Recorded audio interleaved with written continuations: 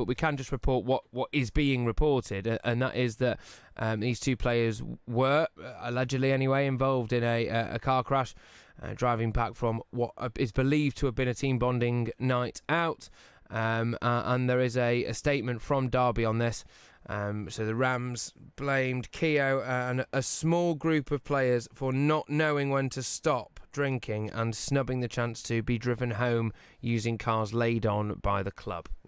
As you say, we can't say too much for obvious reasons. However, I suppose what we can touch on is the amount of different nights out and what have you we had, and I remember having as a player, and it is the whole team bonding thing is something that is important. I would say that. The way in which you do that, there are a lot of different ways in which teams will look to get together, and it might be something as simple as, it sounds a bit childish, but it was actually great fun, would be having a day out, going paintballing, going go-karting and what have you. There'd often be things like that. Once every couple of months, they'd try and do something to mix it up, just maybe go to the cinema. I'm actually not even joking. We did all go to the cinema one morning.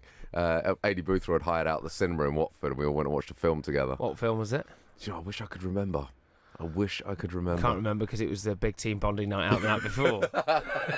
Still recovering from that. But obviously the obvious way to have your team bonding is to have a night out. The timing of it, I would question, because this happened on. Do we know what night this was? It was obviously this week. Which, bearing in mind. I believe it was 2 nights ago. Which it would be. So it'd be Tuesday night, and bearing in mind that it's not like it's an international break at the moment. That's the bit I don't get. So, for instance, we would always have quite strict rules that you would, if you had Saturday to Saturday games, you'd have a midweek game, then it wasn't that you got a pass to go out on the Saturday night, but if you're going to have a team night out, you would do it on the Saturday, knowing you haven't got a game for a full week. Certainly in my last couple of years, it was very much known you did not go out on a Tuesday night. So for them to actually lay on a club like night out does seem odd to me. We would never have done that in my day, certainly the last few years, because you consider that you're still going to be in a pretty bad state on the Wednesday. On the Thursday, you're going in for training, a full training session, and your body's not going to be where it needs to be. You do run the risk of injury, etc., etc. And then on the Friday, you're doing your preparation work for the game Saturday. It just leads to really poor preparation. And obviously, they're not doing great at the moment. No, there's an article in the Mail here, and look, it's worth just giving a little bit of context, which is that there's an inquiry ongoing after Lawrence's Range Rover and Bennett's Mercedes GLC crashed on the A6 at Aylesbury. Keogh was in the passenger seat. He's believed to have been in the passenger seat of Lawrence's car, hit a lamppost, suffered a serious knee injury, and he's out for the rest of the season. They think it could have serious consequences for his career. In the Daily Mail today, and as I'm sure many people will have seen online, there is a video doing the rounds of Mason Bennett, or a man who at least bears a striking resemblance to Mason Bennett, was filmed being sick in a pub toilet by his new Derby captain, Tom Huddleston, just hours before being arrested for alleged drink driving. A 23-year-old was arrested by police on Tuesday night alongside teammate Tom Lawrence, as we've said. The Snapchat videos uploaded on the night by Huddleston have surfaced, showing Bennett vomiting into a urinal while his colleagues mocked him for only, quote, having 3 pints of Peroni. And then what the video goes on to do is question him for only having 3 pints. Bennett, whose head is slumped against the top of a urinal, then appears to slur, "I've had more than 3. He then asks for a tissue, retches again, and says, "Put your phones away." In fact, we can hear that audio now. Before I spink some vomit in here. Let's get it all out. Let's get it all out, Biz. Get it all out, mate. Whoa!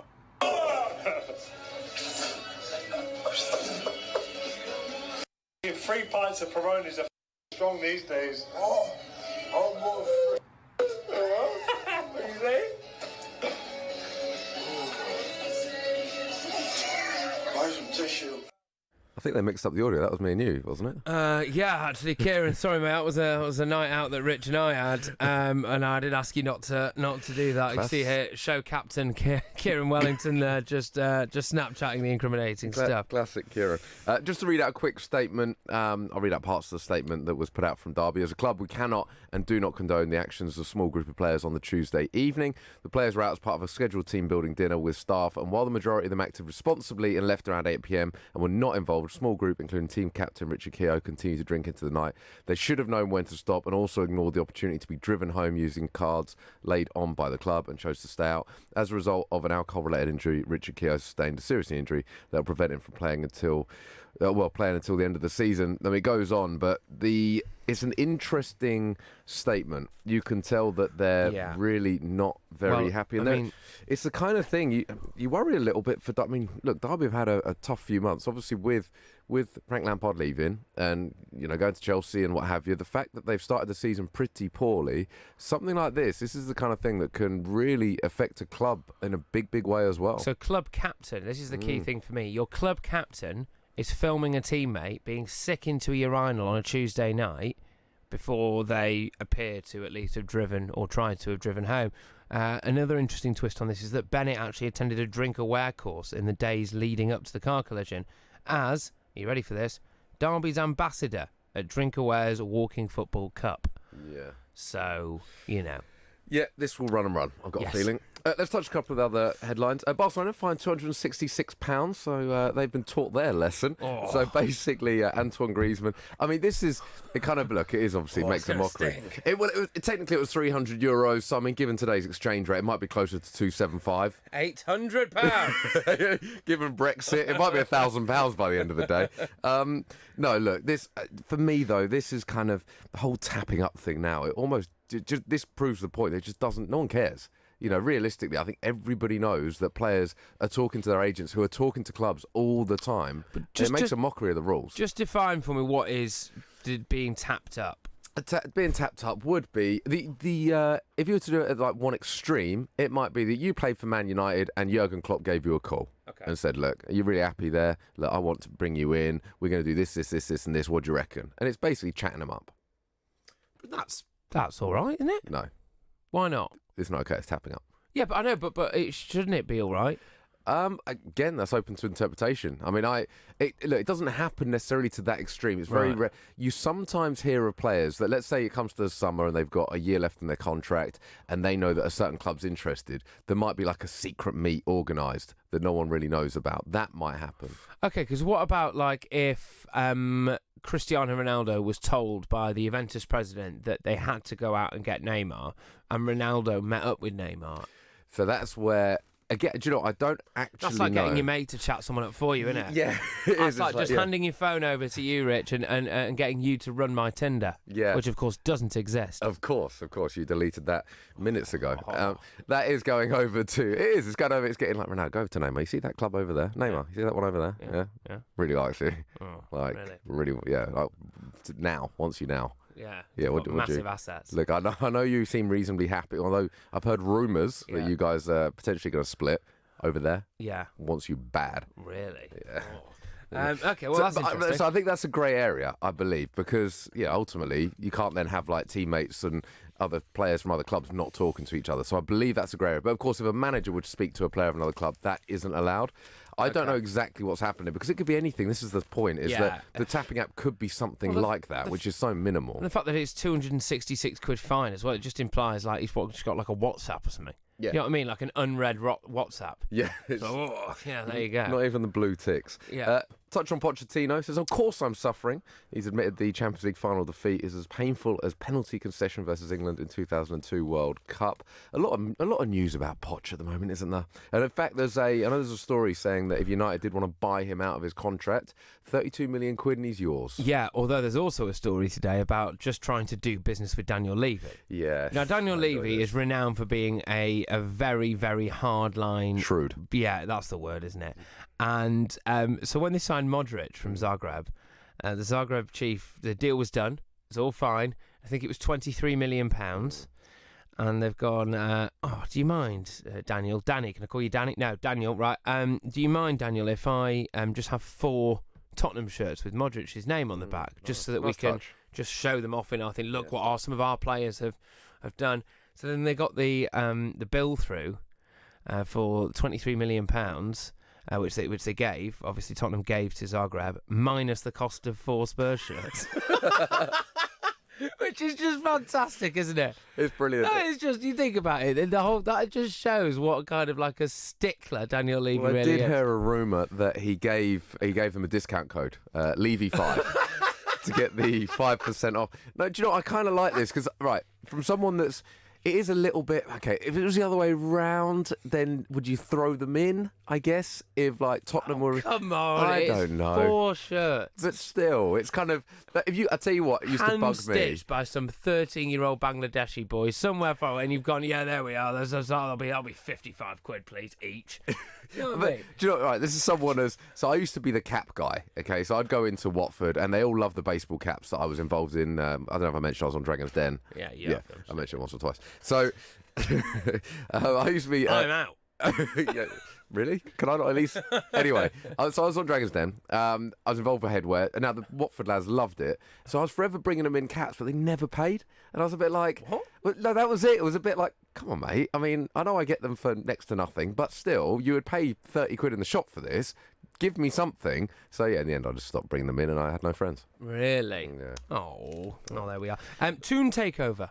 Yes, this is big news. Peter Kenyon has launched a fresh bid to buy Newcastle United with a new consortium, love the word consortium, who have offered to pay Mike Ashley £125 million up front to take control of the club. Mike Ashley hasn't spent 125 million quid up front through the entire time that he's been at Newcastle, has he? So there you are.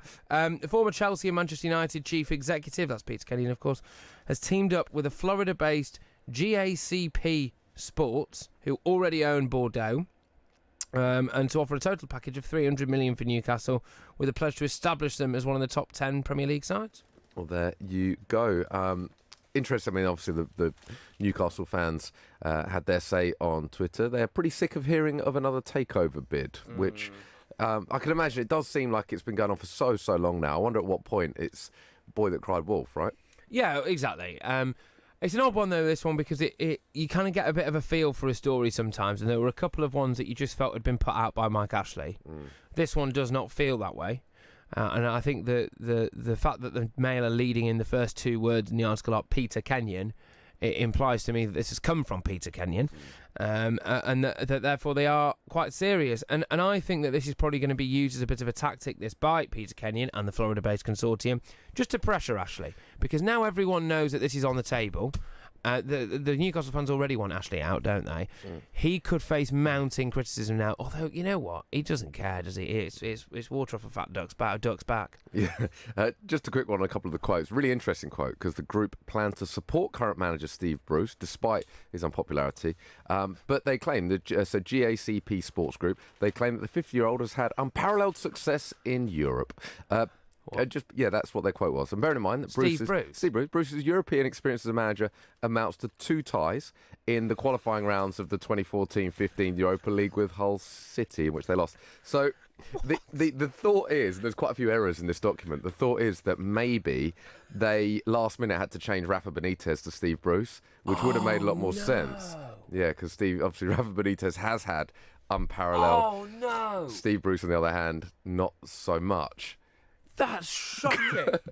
Seriously. There's a couple of other facts as well they've just got horribly wrong. One was that we know that Newcastle have been in the top flight 87 of the last 89 seasons.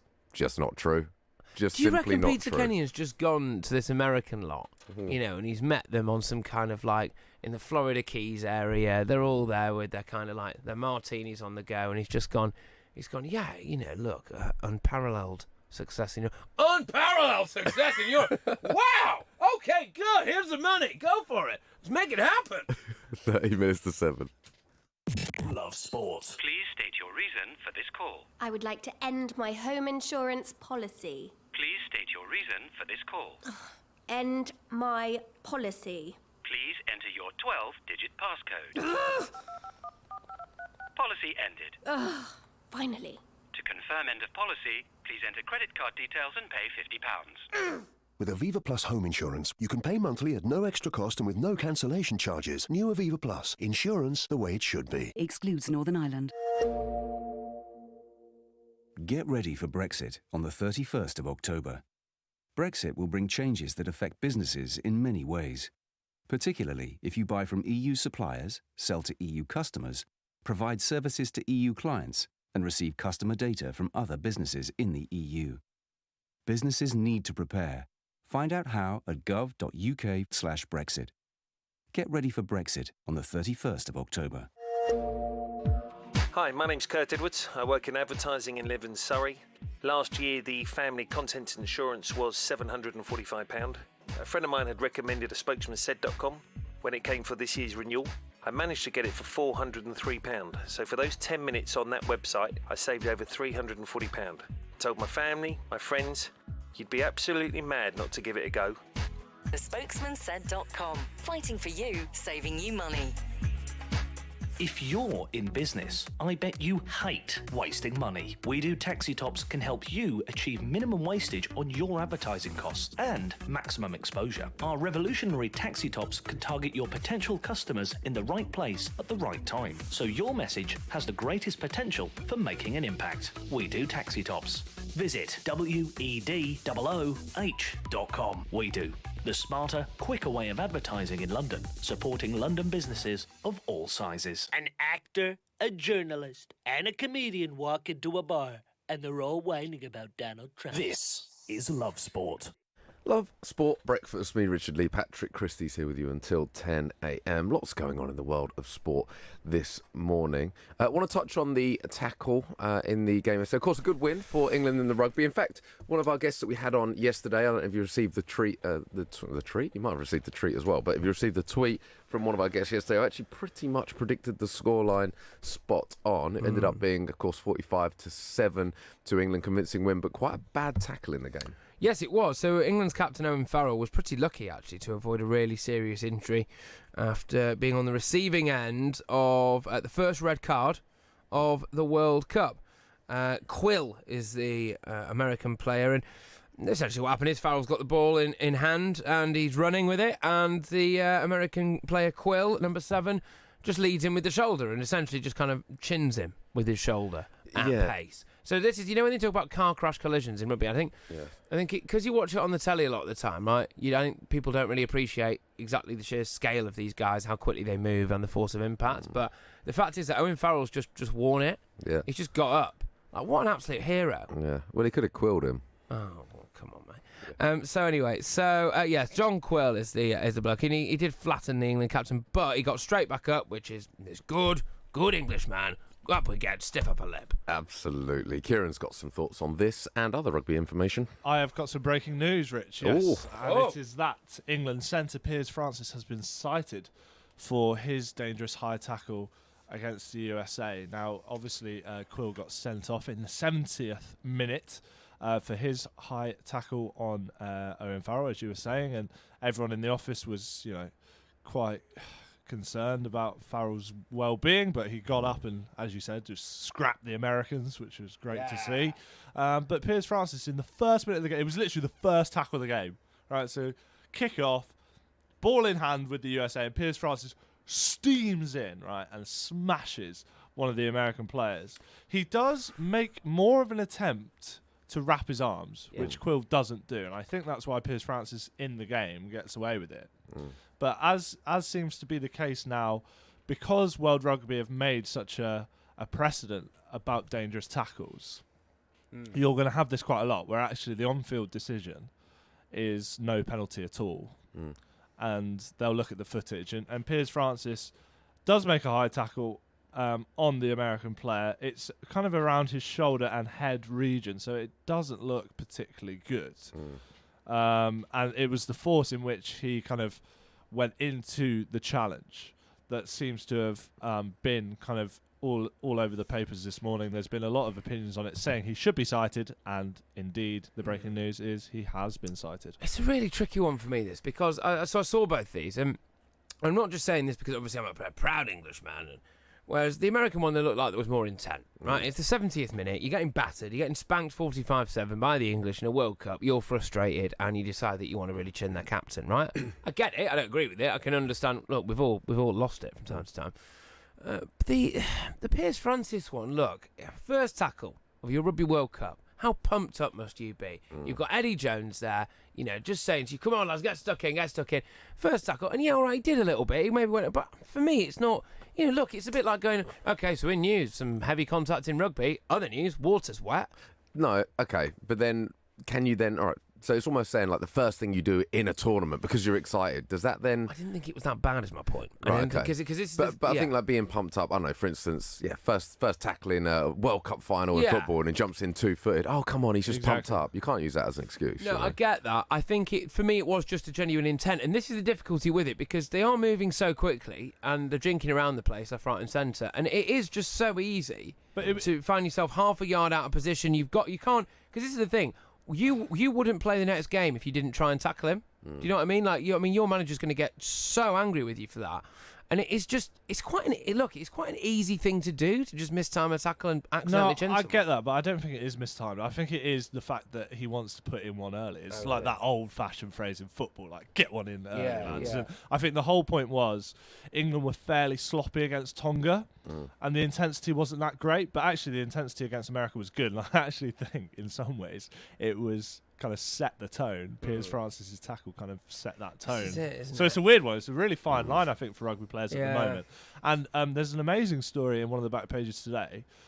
So Reece Hodge, who has been cited for his high tackle against Fiji in Australia's first game, admitted at his hearing that he didn't know the rules about the new high tackles. Okay. Yeah, so he's like, didn't actually know that was the new rule. So just to run people through it, Kieran, it is a case of, as long as you are trying to wrap your arms around the player and not basically just leading him with the shoulder like a human battering ram, that's okay, even if you do kind of mistime it and maybe do just hit them with your shoulder anyway. So, no. The actual kind of codified law that they've brought in is there can be I think the actual wording is like extenuating circumstances or something. Okay. So it has to be done on a case by case basis, which is why I think Piers Francis has been cited, because they've obviously looked at the footage and deemed it, bad. Yeah. But any sort of high tackle, even if you do make an attempt with your arms, obviously the Quill one is cut and dry because he's made no attempt at all, smashed Farrell in the face. Piers Francis is one. There is contact with the head, which I think is why he's been cited, and you can't do that, basically. You can't make any sort of contact with the head or neck region because it is deemed dangerous, which is fair enough, I suppose. But it was the force as well in which Piers Francis went in, and like I said, I think it was an attempt to increase the intensity amongst the England ranks against a lower-ranked opposition. But, it's come back to haunt Francis a little bit. On a positive, just quickly, England, good win, though. I mean, we were speaking yesterday, giving predictions, and it was... no one actually predicted it would be quite as big as this. Yeah, and 7 tries is an impressive tally. George Ford, I think Ian Hunter, who we had on, said it was a big game for George Ford because, in this sort of captaincy role with Farrell kind of coming off the bench, it was important for him at fly half to really seal that place because, of course, Farrell can play fly half and then you can play... Jonathan Joseph is looking great, so you could play Farrell, Tuilagi and Joseph and leave Ford out. But Ford was man of the match. His kicking game was great. And kind of led the pace of the attack. He was instrumental to a lot of what England did well going forward. So really impressive performance from Ford. Thokanasiga scored 2 tries, which is great for him. Made the most meters, so he's very impressive on that wing. And Lewis Ludlam as well at flanker was very impressive. Made a great cameo against Tonga. And I actually think he's pushing for a starting place in this strongest 15. Sorry. Yeah, fantastic stuff, Kieran. Cheers for that. Just obviously we're going to go to the news pretty soon, but on the back of that, I'd quite like to have a chat with you, Rich, about the cocaine scandal embroiling the jockey world. Ooh. There's been a record 4th person test positive for cocaine, and they're going to introduce mandatory hair samples because apparently cocaine use is so rife among jockeys. Wow. Seriously.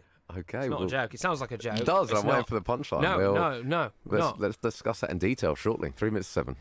This is Love Sport. Mr. Davies, to start your car insurance policy, you'll have to pay upfront £850 for the year in one single payment. How does that sound? £850? Yes, Mr. Davies. In one go? Yes, Mr. Davies. Today? Yes, Mr. Davies. In one single payment? Yes, Mr. Davies. What? With new Aviva Plus, we won't ask you to pay everything up front. Everyone pays monthly at no extra cost. New Aviva Plus, car insurance the way it should be. Excludes Northern Ireland. Can you save money on your energy bills? Tony did, with help from a spokesman said.com. getting people real savings. I'm Tony from Northampton. My bills for gas and electricity had gone straight through the roof. I chose a spokesman said, and they saved me £2,800. It was so easy, I used them for my house and contents insurance too. For help saving money on your energy bills, go to aspokesmansaid.com. Fighting for you, saving you money. Driving too close to the car in front gives you less time to react. You may not realise that you're tailgating. Leave a 2-second gap between you and the vehicle in front. When it's wet, leave a 4-second gap. By staying back, you give yourself time to react. Stay safe. Stay back.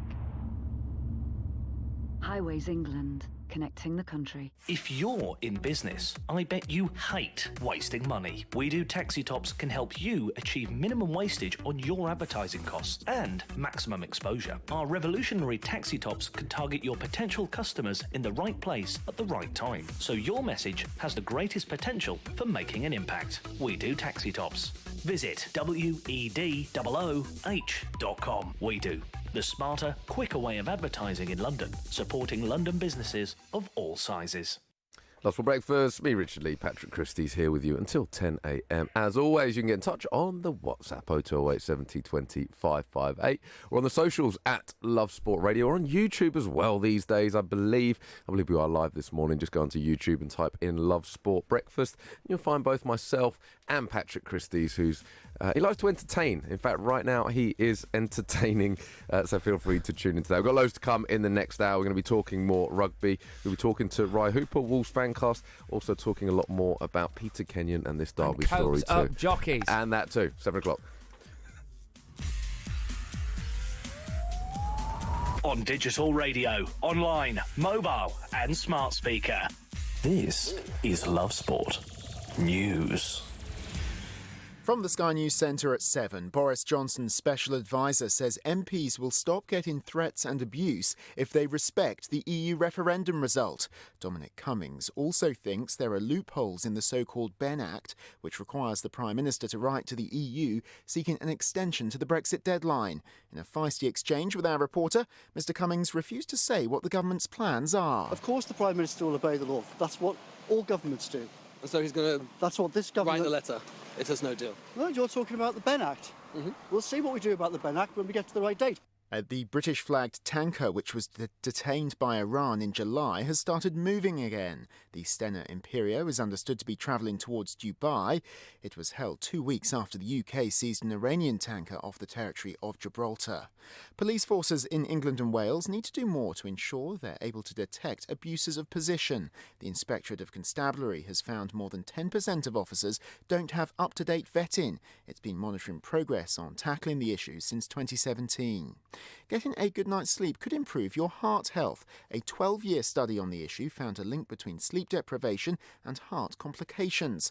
Paul Swan, a sleep environment expert, explains how not getting enough shut-eye can affect our bodies. All major organs actually, over time, have an accumulative build-up of lack of repair, in effect. It's almost as damaging as having a cigarette, but over a longer period of time. In sport, the former Manchester United and Chelsea chief executive, Peter Kenyon, has launched a new bid to buy Newcastle United from Mike Ashley. His American investment fund, which also owns French club Bordeaux, is attempting to put together a package of around £300 million. And Meghan Trainor's taken over from Jennifer Hudson as the new coach on The Voice UK.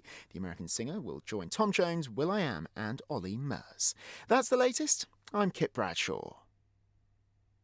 This is Love Sport.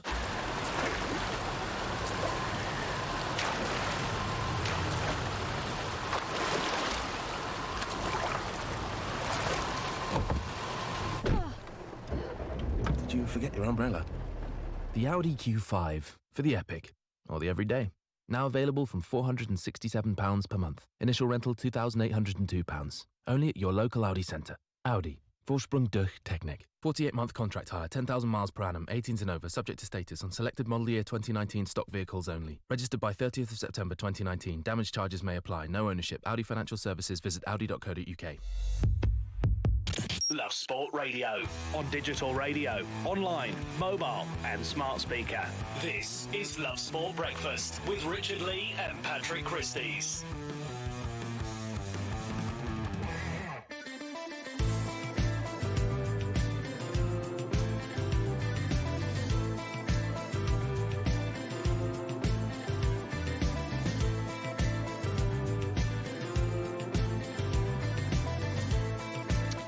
Well, hello there. Good morning. Love Sport Breakfast, Love Sport Radio. Myself, Richard Lee, and Patrick Christys. We're here with you all the way until 10 a.m. Lots of stories to discuss this morning. Richard Keogh is out for the season in an alcohol-related incident. 3 Derby players involved in a car crash. Barcelona fined just 266 for tapping up Antoine Griezmann. Newcastle potentially a takeover, although how many times have we heard that? Pochettino, of course I am suffering. He admits the Champions League final defeat is as painful as a penalty concession versus England in the 2002 World Cup.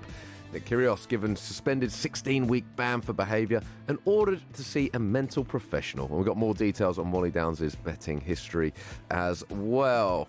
Patrick, how are we doing? We haven't discussed Wally Downs, actually, and I saw some of the details that have emerged. I think one of the bets included a £1.11 bet. On women's football? Yes. I mean, look, obviously it looks like he's got to then decide whether he's going to plead guilty to this charge, I guess, or not. If he does plead guilty, there's a good chance he's going to get sacked. I suspect there's a good chance he might get sacked anyway, because Wimbledon aren't doing particularly well in the league at the moment, and I think this is quite a useful excuse for people. You know, you can tell when an employer wants you out the door because they start making outrageous claims about things that you've done, things that you've always done at work, that all of a sudden have become a problem, and we have had some complaints. And, you know, you haven't really had any complaints, have you? No. You know, we all know the score here. You just want me out the door. And so so this is the type of thing that I can see might end, just frankly, might end his Wimbledon career. I think the issue with this, and a lot of people go, oh, well, it's only £1.11 on women's football. Yeah, but if you're in football, you could have some insider knowledge. Yeah. So you might know that, because we don't know necessarily exactly what it is about. You might know that their tactic from the kickoff is to knock it long out, out for a throw or something. You go right first throw in first 5 minutes or something like that, and you could do that. Or simply someone is injured, maybe the goalkeeper's injured, and they're carrying a shoulder injury or something like that. Something you'd know about, Rich, of course. And that actually there is a good chance that they might concede for that day or something. Yeah, true. A vital thing that we're missing here: £1.11. Talk to me. Why?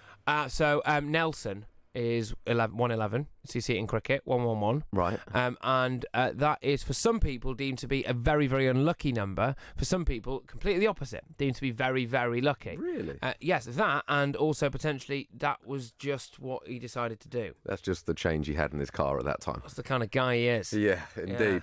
Yeah. Lots going on. I want to talk a bit of Tottenham because, of course, Pochettino, he does seem to be in the news a lot at the moment. They had their dreadful result during the week against Colchester, getting knocked out of the Cup. Pochettino, I mean, the story's emerging saying that if you want him, 32 million, you can have him. I think I read in The Sun. Yeah, it's in The Sun. I mean, look, this is where, and we spoke yesterday, and we kind of created our own little merry-go-round of Allegri into Spurs, Poch into United, and Solskjaer to... Mulder. No, what we're seeing now, I think, is Levy giving the big up to Poch, right? Because Poch has been making these noises about leaving for a little while. He's become a little bit of a sideshow there. And I think what Levy's done is just go, okay, you know what then? I'll get Max Allegri in, who is decent, by the way, and has actually won cut trophies, unlike you, Mauricio, who has looked very good coming second and third and fourth. And so I think this is what we're seeing now, which is that Levy's had enough, and he's gone, look, I've got options, and if you want to go, because also this is the thing, I know that we're in a really inflated market in football at the minute, and so like 32 million quid for a manager might be quite a lot, but actually normally what would Daniel Levy want? Given that Daniel Levy has wanted 125 million for Ericsson, stuff like that, this is a massive two fingers at Supportis of Levy just going, all right, yeah, go on then, see you in a bit for not much money. Do you know what? And this kind of, this was in the book, I think it was called Soccernomics. You ever heard of that book? Yeah, why not? You've not heard of it. There was a book called Freakonomics. Yes. Have you heard of that one? Yes, I have. Have you? Okay. Yeah, have you actually heard it's got great pictures on all the pages and a dot to dot for you to colour it in. Right, Freakonomics, really interesting book, and Soccernomics was on the back of that, and basically it was kind of boiling football down into stats. It's the whole Moneyball thing again, and it really, made a point of the fact that managers are overrated, effectively, and actually the impact they have on the club isn't as big as people make it out to be. And so when you look at it in some ways, if you look at the fact that they could get 32... In fact, a great example, I guess, in terms of players will be someone like a Timu Pukki, who is now valued at whatever he's valued at. They're picking him up for next to nothing. But, of course, we build this image and we build this idea of a reputation of a certain player that isn't necessarily true. You know, going back to the Moneyball concept, if you go like the hard facts, the black and white, certain people are successful, certain people aren't. It isn't necessarily how they look, et cetera, et cetera. And actually he went into detail, I remember, about managers and effectively said that it doesn't matter that much who you've got at the helm. Now, I don't necessarily agree with that because I look at a Klopp, I look at a Guardiola. I don't think it's a system behind them that's helped create that success. I think they are an integral part to that. But what we are seeing more and more is that if a manager doesn't have that much impact on players coming in, which seems to be the case at Spurs, they've got a recruitment team in place. And actually what you've got is a head coach. Pochettino's even touched on this. You know, he mentioned it in the interviews not so long ago, saying, look, am I a manager? I don't know. I coach. Like, I'm a head coach. I don't actually do a lot more than that. So with that being the case, they end up getting 32 million in. They've now got 32 million to spend on someone to come and coach the players. It's not someone who's going to be a Sir Alex Ferguson and look after the under-8s all the way through to the first team and all the recruitment. It's effectively someone to come in and coach. And Daniel Levy, being as shrewd as he is, I'm sure he'd happily take the 32 million quid and go and get somebody that he'll probably get for free. Yeah, couldn't agree more. I just want to take some time now to appreciate the raw majesty of the Times' back page today. This has got it all. Assault. Derby criticised drunken trio. New cocaine test for jockeys. Oh, shut up and take my money, the Times. I'm going to read all of this. So this is Owen Farrell, who was the victim of an assault on the rugby pitch that led to the first red card of the Rugby World Cup, and fears that he may have suffered a tournament-ending injury, although I'm not really sure that he has, to be fair. Farrell was floored by a deliberate shoulder to the head in the 69th minute by John Quill, who is now enemy number one. Any hope of a trade deal post-Brexit is out the window now, John Quill. Thanks, John Quill. He basically just kind of led in with the shoulder in Owen Farrell. England obviously won that game 45-7. Fantastic result for England. Americans were obviously getting a little bit miffed, I think, and that's what happened. Derby's drunken trio. Here we go. Derby County last night condemned 3 of their players for a drink driving incident that led to 2 of them being arrested and their captain suffering a season-ending injury. Richard Keogh has been ruled out for the campaign with the suspected anterior cruciate ligament injury, having been a passenger in the collision that involved teammates Tom Lawrence and Mason Bennett. We can hear the drunken Bennett audio. Okay. Four stinks of vomit in here. Let's get it all out. Let's get it all out, Biz. Get it all out, mate.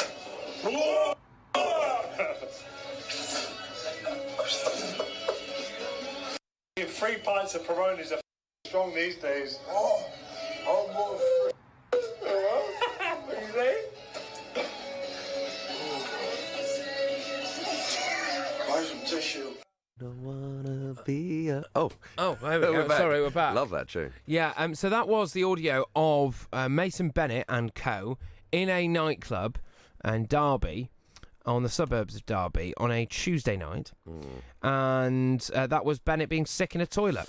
Can we put any blame on Derby? Bearing in mind, this was a club night out on a Tuesday. Can Derby be at all responsible here? Well, I think this is the thing, isn't it? You know, how many times do we hear, you know, players are very good against the best teams in the best places? They're very good in places like Barcelona on a weekend, but, you know, can he do it on a Tuesday night in Derby? Yes, he can. Yes, he can. Let me tell you that much. I mean, they have got, again, they're playing Birmingham tomorrow. Yeah. So it's Well, not... he's not, is he?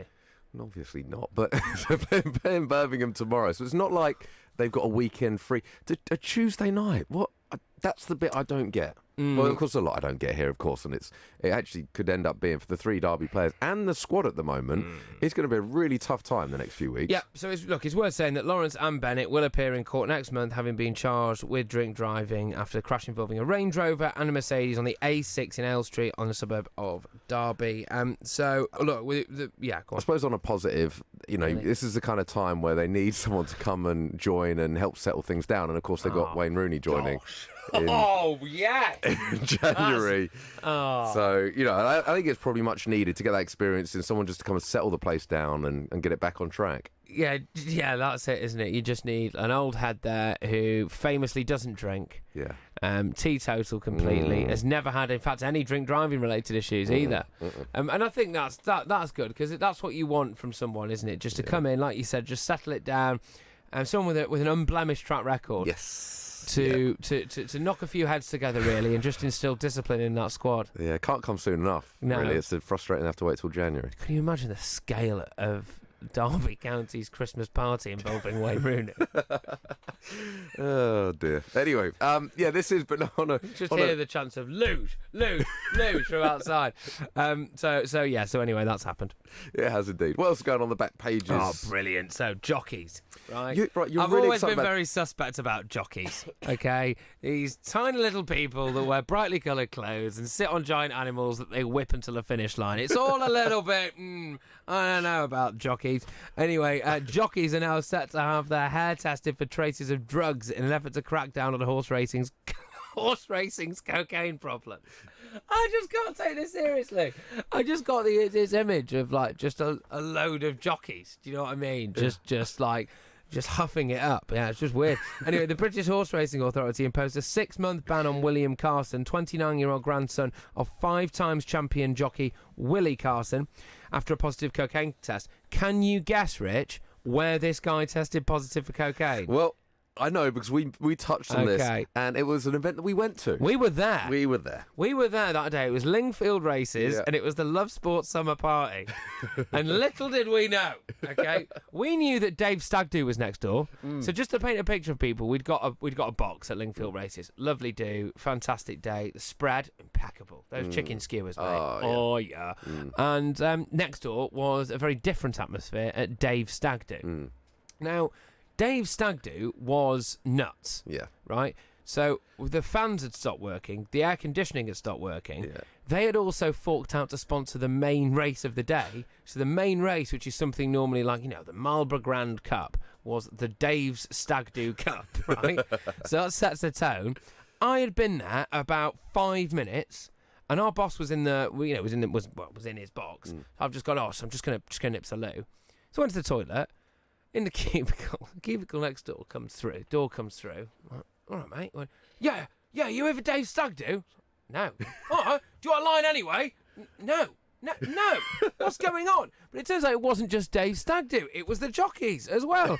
So Carson is the 4th jockey to have tested positive for the drug in Britain this year, after Peter Bryan, Kevin Lundy, and Callum Rodriguez. And the British Horse Racing Authority is now wanting to have hair follicle tests. So what they do in cricket at the moment is at the start and end of every season, you give a sample of your hair. And the reason being is that whilst drugs can get out your bloodstream and all that jazz quite quickly, it's about 3 days in the form of cocaine, a bit longer for cannabis, in your hair, it can linger for around 3 months. Yeah, you really have a lot of information on this. Loads of it. Yeah. Interestingly, so at the start of each show, we get given a list of like the stories that we're going to be talking about, and we do a lot of research on them. This wasn't on my list, but I get a feeling we're going to be talking about this more today. Loads. Yeah. What's that coming over the hill? A coked up jockey. A coked up jockey. I have a strong connection with Scotland. I believe my tan shade is iron blue. Love Sport. Digital radio offers great sound quality and more stations than ever before. And we want to make sure that you get Love Sport on your digital radio. Just press the auto tune or auto scan button and Love Sport will appear on your menu. Love Sport on digital radio. Please state your reason for this call. I would like to end my home insurance policy. Please state your reason for this call. End my policy. Please enter your 12-digit passcode. Policy ended. Finally. To confirm end of policy, please enter credit card details and pay £50. With Aviva Plus home insurance, you can pay monthly at no extra cost and with no cancellation charges. New Aviva Plus. Insurance the way it should be. Excludes Northern Ireland. I'm Leslie from North Essex. I couldn't believe that after 5 minutes I'd saved over £900 on my energy bills. When my car insurance was then due for renewal, I went back to a spokesman said and reduced my premium by over £500. I thought that my home insurance was expensive. When I shopped around on a spokesman said, I saved a staggering £1,100. I've saved £2,500. I cannot believe it was that easy. A spokesmansaid.com, fighting for you, saving you money. How are you? How are you really? Modern life can be busy, and sometimes it's easier to look after others before looking after yourself. But there's only one you. And making small changes to your lifestyle now could improve your chances of staying healthier longer. So take the first step to a healthier you with our free How Are You quiz. See how you score and get personalised tips and support. From how to eat a little healthier to turning a 10-minute walk into exercise. Just search One You. If you're in business, I bet you hate wasting money. We Do Taxi Tops can help you achieve minimum wastage on your advertising costs and maximum exposure. Our revolutionary taxi tops can target your potential customers in the right place at the right time, so your message has the greatest potential for making an impact. We Do Taxi Tops. Visit wedooh.com. We Do. The smarter, quicker way of advertising in London, supporting London businesses of all sizes. Love sport. Last Sport Breakfast, me, Richard Lee, Patrick Christys. Spurs. Yes, indeed. So Poch is the big story. Now, I think what we're witnessing here is Daniel Levy, a shrewd businessman, a man who it's emerging Charges for shirts. Yeah, made when Spurs signed Modric for £23 million from Zagreb. So they asked for 4 Tottenham shirts to be sent to Zagreb as part of this whole look how well we've done. We've nurtured this precocious young talent, and Levy invoiced them for the shirts, which I think is fantastic. But Mauricio Pochettino has been a little bit unhappy recently, and I think what we're seeing now is Levy going, "You're not bigger than the club," because he's speaking to Max, well, allegedly anyway, speaking to Max Allegri, the former Juventus manager. Who he's making a point of saying is available. Of course he is. And apparently he said to United, if you want Poch for 32 million, it's yours. Now, this is Levy, a man who famously drives a hard bargain with absolutely everything. There's no way that he really seriously values Poch at 32 mil. You know, if you're valuing Christian Eriksen at 125 and say this is a bit of an insult to Poch, I think, and yeah, it's just the ongoing power battle that's happening at the moment. Really interesting to see how this one plays out. I wonder whether at Poch's next press conference he's got a different tone. Well, this is at football. So much of it is about timing, and for Poch, looking back, it was bad timing, I would say, because as well as he was doing last season, when it came up that it was almost a given, wasn't it? You know, when Mourinho left United, it was a given that Pochettino was going to become Manchester United manager. And it was pretty much done. Everyone kind of felt like it had been done behind the scenes, going to happen into the season. Solskjaer is just coming in just to be a stopgap. And then there was a 10-game period where it couldn't have gone worse for Poch, and it couldn't have gone better for Solskjaer, and everything shifted.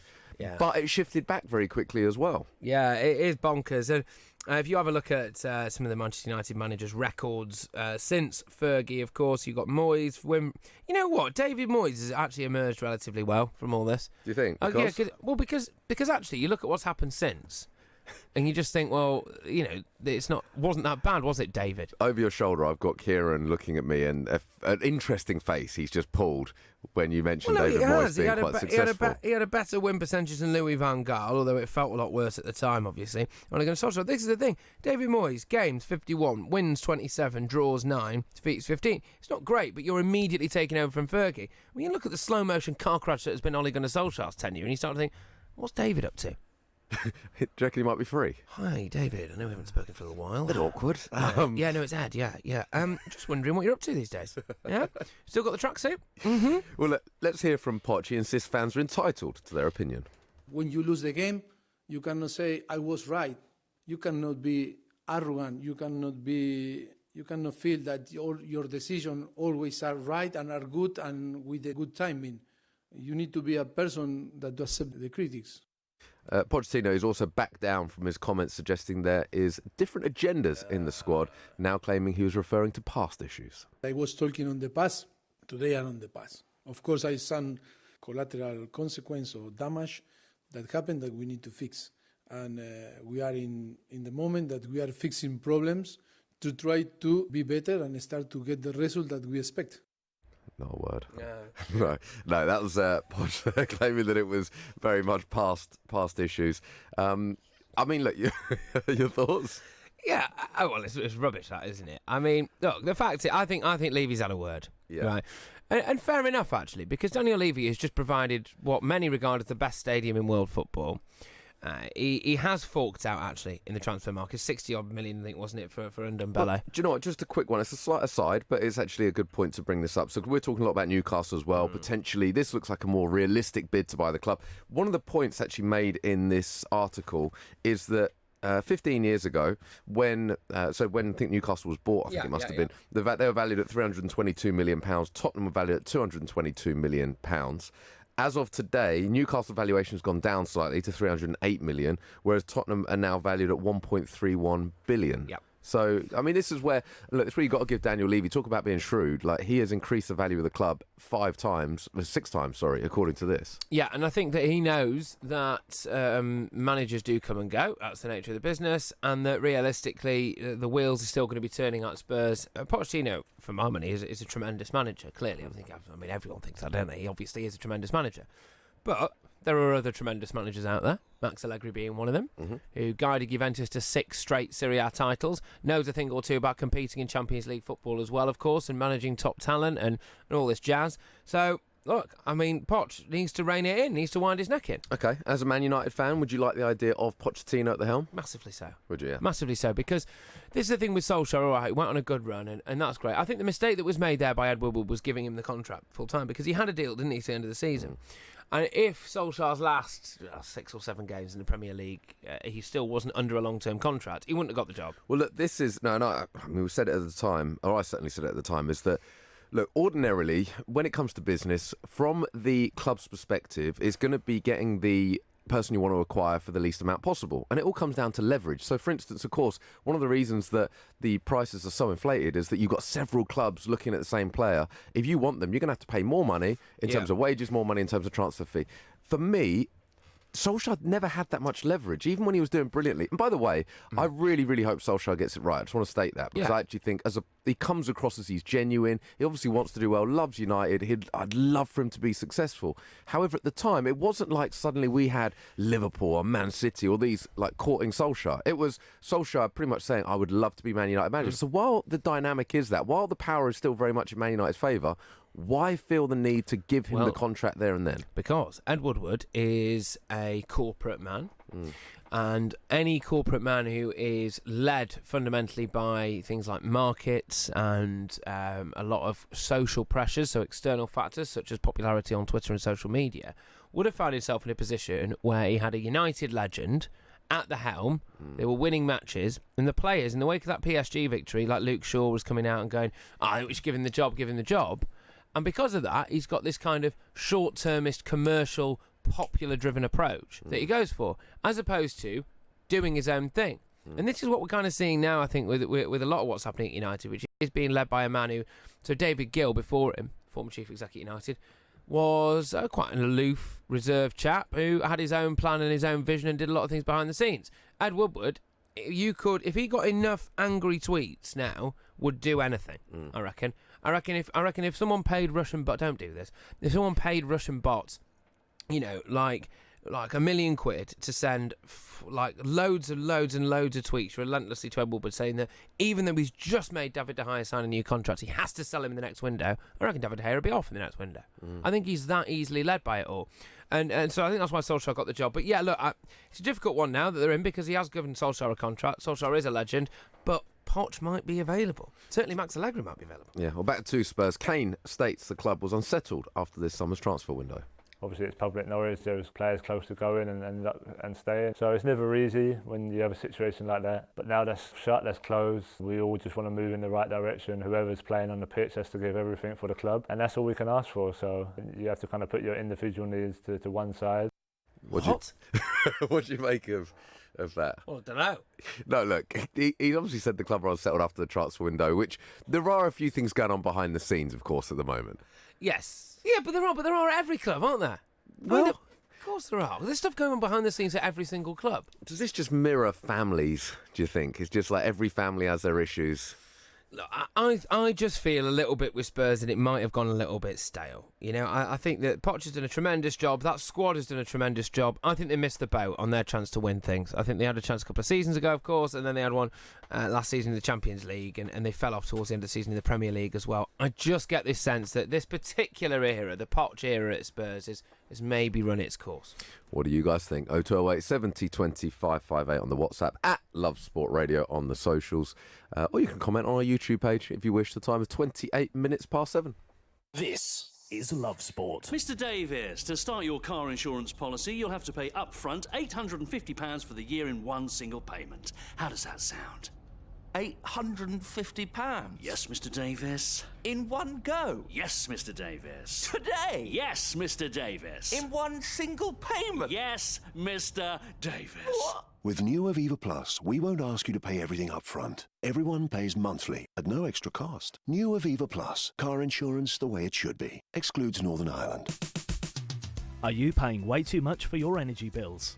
A spokesman said could help you save big money. With electricity costs continuing to rise, you could save hundreds of pounds by shopping around. Just go to aspokesmansaid.com and look for the very best value energy deals on the market. Don't waste your hard-earned cash. You could be on a much cheaper deal. Go to aspokesmansaid.com. Fighting for you, saving you money. If you're in business, I bet you hate wasting money. We Do Taxi Tops can help you achieve minimum wastage on your advertising costs and maximum exposure. Our revolutionary taxi tops can target your potential customers in the right place at the right time, so your message has the greatest potential for making an impact. We Do Taxi Tops. Visit wedooh.com. We Do. The smarter, quicker way of advertising in London, supporting London businesses of all sizes. You probably think you're pretty good at multitasking behind the wheel. I mean, you have to multitask to drive. So what's wrong with checking your phone? The thing is, your brain simply doesn't work. Even a quick look at the message, or firing off a quick reply, affects your concentration and makes you less able to react to hazards. If you use a mobile phone while driving, you're 4 times more likely to crash. Think. Put your phone away. This is Love Sport. This is Love Sport Breakfast. Me, Richard Lee, Patrick Christys. Here's one for you, Patrick. Ali, Kane and Ericsson goals and assists last season was 49, down from 86 3 seasons ago. There you go. Problems. Do you know what? I wonder how much that is. Obviously, they're all slightly down. Ali's massively down, I would assume. Kieran is on the mic as well. That is quite a lot lower, but I guess there are reasons for that. The argument could be then that I assume that last season, if you put Son into that mix, then you're probably not far off where they were a few seasons ago. Yeah, of course. You've obviously got Lucas Moura and Lamela coming back from injury as well. So obviously there are extenuating circumstances with Ali's hamstring problems as well. But of course, when you look at how reliant they were on those three, and I think realistically Spurs were really exciting to watch when those three were at the top of their game, and actually the system really suited Spurs, I thought, when Ali and Ericsson were playing behind Kane. As much as Son is a great player, they've tried to play 2 up front, and they've narrowed their midfield to kind of work Son and Kane into the team. And they've narrowed their midfield into a diamond, and I don't think they're getting enough width, especially when the right back is Kyle Walker-Peters, who's really inexperienced at that level, doesn't want to play Sergio Aurier for whatever reason, and I just think Poch has got away from what he was good at. Yeah, quite possibly, but we'll have to wait and see. I mean, Poch apparently is now going to be United for 32 million. We'll have to wait and see. Just quickly on United as well, Paul Pogba, they've opened up contract negotiations with him. Apparently he's just tried to blow them out of the water by saying it's £600,000 a week, and he's actually angling for a January move. So we'll have to wait and see on that. I just want to touch on one of the stories on the back pages we have spoken a little bit about, and we are going to keep speaking about later on. The Derby crash fury involving several Derby players who were on what appeared to be quite a heavy night out before a major car crash. 2 of them have been charged with drink driving, and one player as well, Richard Keogh, is out with a career-threatening knee injury as a result. We are going to get stuck into that in a little bit more detail later on, but it does appear that there is quite a credible Newcastle takeover bid on the table, Rich. It does. Do you know what? I heard of this one a while ago, and it's resurfaced again now. Peter Kenyon. The fact So the last one we heard of in terms of the last rumour was a Saudi Arabian one, I believe, wasn't it? classic. I think it was Saudi Arabian in the summer. But again, there didn't really seem any massive truth to it. And within a day or two, it died down quite quickly. However, with this, the fact that it is Peter Kenyon, you do feel like there will be a lot more credibility to it and a lot more truth to it, you would feel. Yes, it's just got, you get a feel, don't you? You get a feel for a story, and with the Saudi one, it felt to me a little bit like Mike Ashley had put that one forward himself. But with this one, it seems to me that Peter Kenyon and a Florida-based consortium are genuine, and they want to pay £125 million up front. It will be interesting. John, I'll move on because we've got a very special guest on the line. We've got Sam Roberts, BT Sport rugby commentator on the line. Of course, England winning 45-7 yesterday against the USA. Morning, Sam. Good morning, chaps. How are we? Good morning. Very well, thank you. Hope you're well too. First and foremost, good win for England. Yeah, very good win. It's gathering momentum, and I think England fans can start to tuck into their breakfast cereal this morning, feeling a little bit excited. I really do reckon that England have got the rub of the green as far as the run of matches in their group, the way that they've been planned out, the way that it's all going to work out for them. And at the moment, it seems as though England are building very nicely. Yesterday was very proficient. I think that's the word that you'd use about it. Everything seemed to sort of go very well for them. There is one particular area I'd like to sort of see a little bit of a better performance for England. But generally, overall, they took their chances well. And as I say, everything seems to be pointing in the right direction. They can go very deep into this tournament.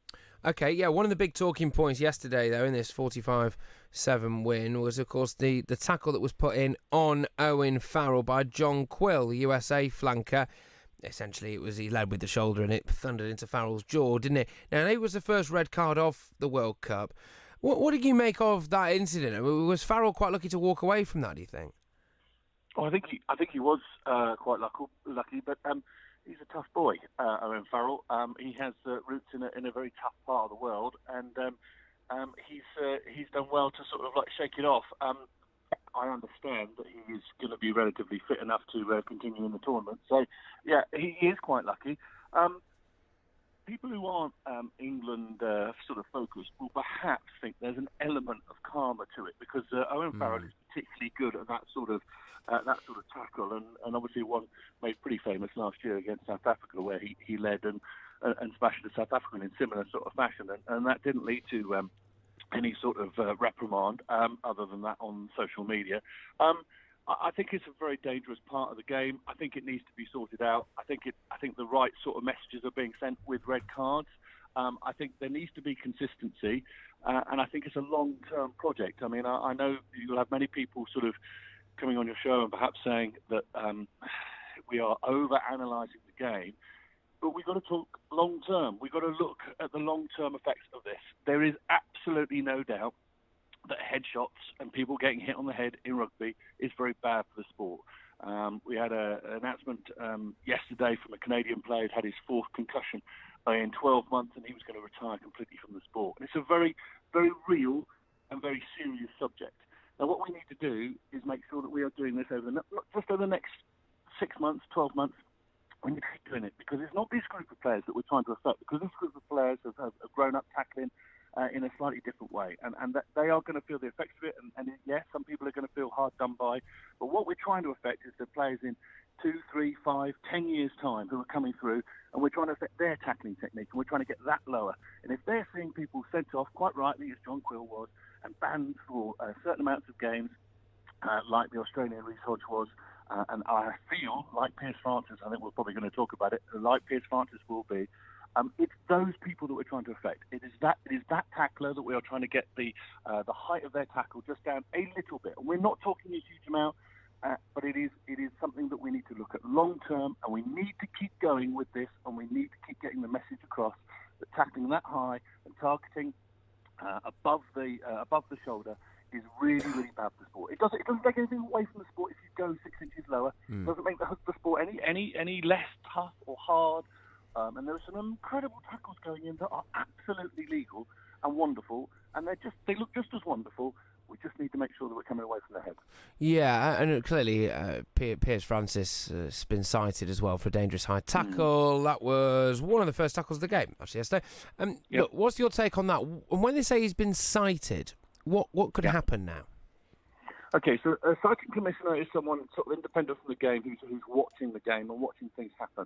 The game is cut up and fed through various different channels of officials, and that is one of the chaps who looks at it. And he sees it and sees that event, and he suggests that is a red card. You can only be cited for red card offences, or what is deemed to be a red card offence.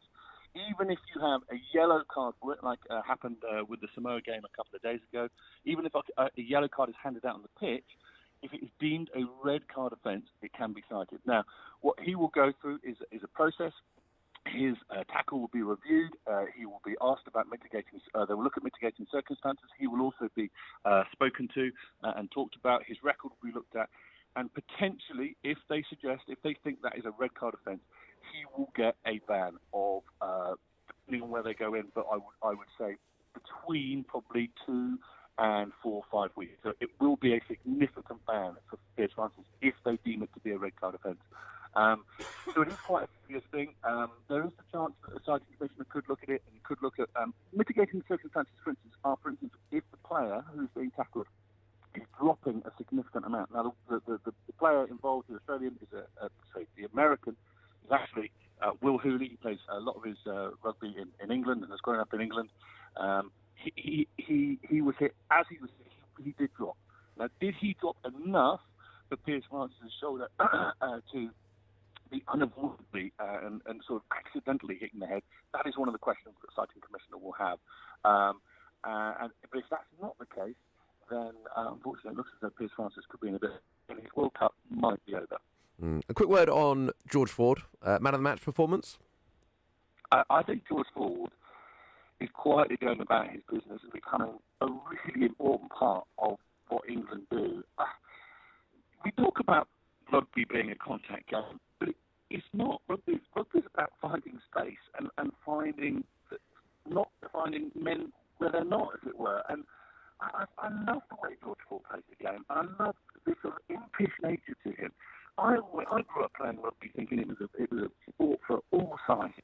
And to a certain extent, in the past few years, rugby's turned into this sort of big man affair where, you have to be big and strong. And I like George Ford, and I love what he does, and I think England play better when he plays like he did yesterday. I tell you what, Sam, the line's just going a little bit. I don't know what's happened there. It's gone a little bit robotic, unfortunately. But Sam, really appreciate you coming on. Sam Roberts, their BT Sport rugby commentator. Just a shame though, it just started to go a little bit, didn't it? Yeah, absolutely. But what he was saying was right, which is that Ford is looking really, really hot at the moment, actually, and Farrell did so well to actually just continue after getting rocked yesterday. It's a really tricky one, this, because look, Sam Roberts, BT Sport rugby commentator, clearly knows significantly more about rugby than I do. The guy lives and breathes it. I look at it, and with regards to these high tackles, every tournament, every World Cup, whatever sport it is, has always got a particular flashpoint, or a particular buzzword, or a particular thing to try and do. Clearly, high tackles is the one in this one, right? And I think it is right that they are taking a stricter approach in it, because like football, look how football's developed in recent years. Rugby players have got, they're just fine-tuned machines, aren't they? They're massive. The pace of the game, everything. And so, therefore, a high tackle now, you could argue, might have more consequences than it might have done several years ago. And so it is right they're clamping down on it. Because of the power element? I just think the power, the pace, everything. I think that people are hitting harder, people are moving quicker, and frankly as well, the muscle mass and all these players, etc., is just better. They are better athletes than they used to be. It's a fact. Yeah. And so, I think, I look at it and go, right, okay, they need to do it. I just think what I hope doesn't happen, because it's this key phrase there about Piers Francis, the England centre, about he might miss the rest of the World Cup if he's found guilty. Now, what I hope doesn't end up happening is that players do end up missing entire tournaments simply because of an accidental missed time tackle. And that can happen because these are big boys and they're moving quickly, and this happens for me, it has to be deemed to have been deliberate. Well, we obviously reenacted this before we came on air earlier this morning, and you are, just so people know, a couple £100 of pure muscle. Yeah, well, What a specimen. that intern's never been seen since. No, and he had to go home, unfortunately. But that's kind of proved our point. He said it felt like he was hit by a train until we wheeled him out. He wasn't in a good way. No. Anyway, There's Kieran, no record of him ever having been here, actually, which is good. it works out well for us. And Kieran, who was a witness to this event, is also on the air. Yeah, shocking. I barely got over the incident, to be honest. But I just thought I'd bring this back to football a little bit. And just with the sighting thing, I find it weird that an on-field decision can be made on Piers Francis, and then someone else independently can go and look at it in slow motion, and it kind of distorts the actual meaning and the context. It kind of takes it a little bit out of context a little bit. And I kind of want to bring this back to VAR. Like, should we be looking at sport in this way? Because really, it takes out, like Patrick is saying, these could be accidental tackles. These could be there's a lot of circumstances behind them. And when you actually look at it on a video and slow it down, it can make things look a hell of a lot worse. Yeah. Well, this is it, isn't it? And it's like, it's how far back do you go? So it's a little bit like if your girlfriend finds messages that you sent to somebody else, but like maybe right at the start of your relationship, like years ago, do you then have a row about it now, 3 years on? It's an interesting analogy. The answer's yes, by the way. The answer is yes, Absolutely. yes, you do, and the apology has to really still be there. But this is the point, you review it different context, different time. Yeah, I mean, it's a great analogy, Kieran. Yeah, I mean, Patrick's really blown it out of the water there, isn't he? Really, I mean, it's something that we can all relate to. Sure. But, I just think rugby has obviously got a means and a way of doing it, and they, Sam was explaining it's an independent kind of person that's looking at the footage, and it doesn't interfere with the game. Whereas I think VAR is sort of interfering in football. So perhaps we need to look at, or football, the PGMOL need to look at it and say, are we doing this right? There seems to be, rather than having the guts to overturn the decision, World Rugby's come out and said the standard of refereeing isn't good enough. Yeah. So what you're saying, let me just clarify, is that the text between Patrick and his girlfriend is we need a mediator to look at the text that was sent at the start of the relationship and pre-relationship, because, by the way, one of the best indicators of the future is very much the past, which I feel so sorry for your girlfriend. So the thing for me on this issue is, though, and it happened with Russia-Samoa, where 2 Samoans could easily have been sent off. Now, if you retrospectively do ban them for the rest of the tournament, the fact that they weren't sent off at the time has affected the game. 100%. And that's what it doesn't benefit the team that have been wronged. No, and that's what this Reece Hodge tackle, it should have been picked up. He should have been sent off, right? He injures Fiji's best player. He doesn't play against Uruguay. Uruguay go and beat Fiji. Like, there's a lot of consequences that, impact on these tackles. So I can see why there's a retrospective action. Butterfly effect. Yeah, also, I'm just wondering as well, when you get to, like, the final, are you just going to see them cut loose? Because, like, you can't, you know what I mean? Nothing Last matters. game, seen a bit, last day at school, have a bit of that. Yeah. What did you do on the last day of school? I can't say legally. Okay, 7:45. I've heard that England does not have a kidney bank, but it does have a Liverpool. Love Sport Radio, the station giving fans a voice. Please state your reason for this call. I would like to end my home insurance policy. Please state your reason for this call. End my policy. Please enter your 12-digit passcode. Policy ended. Finally. To confirm end of policy, please enter credit card details and pay £50. With Aviva Plus home insurance, you can pay monthly at no extra cost and with no cancellation charges. New Aviva Plus. Insurance the way it should be. Excludes Northern Ireland. Get ready for Brexit on the 31st of October. This means that travelling to the EU will change. You'll need to check online if your passport is valid for travel to Europe. If you're planning on driving, you'll need to check if you have the right documents to drive. And make sure your travel insurance covers all your healthcare needs. To keep your trip on track, check what you need to do at gov.uk/Brexit. Get ready for Brexit on the 31st of October. If you're in business, I bet you hate wasting money. We Do Taxi Tops can help you achieve minimum wastage on your advertising costs and maximum exposure. Our revolutionary taxi tops can target your potential customers in the right place at the right time, so your message has the greatest potential for making an impact. We Do Taxi Tops. Visit wedooh.com. We Do, the smarter, quicker way of advertising in London, supporting London businesses of all sizes. Before you set off on a long journey, remember to check your vehicle.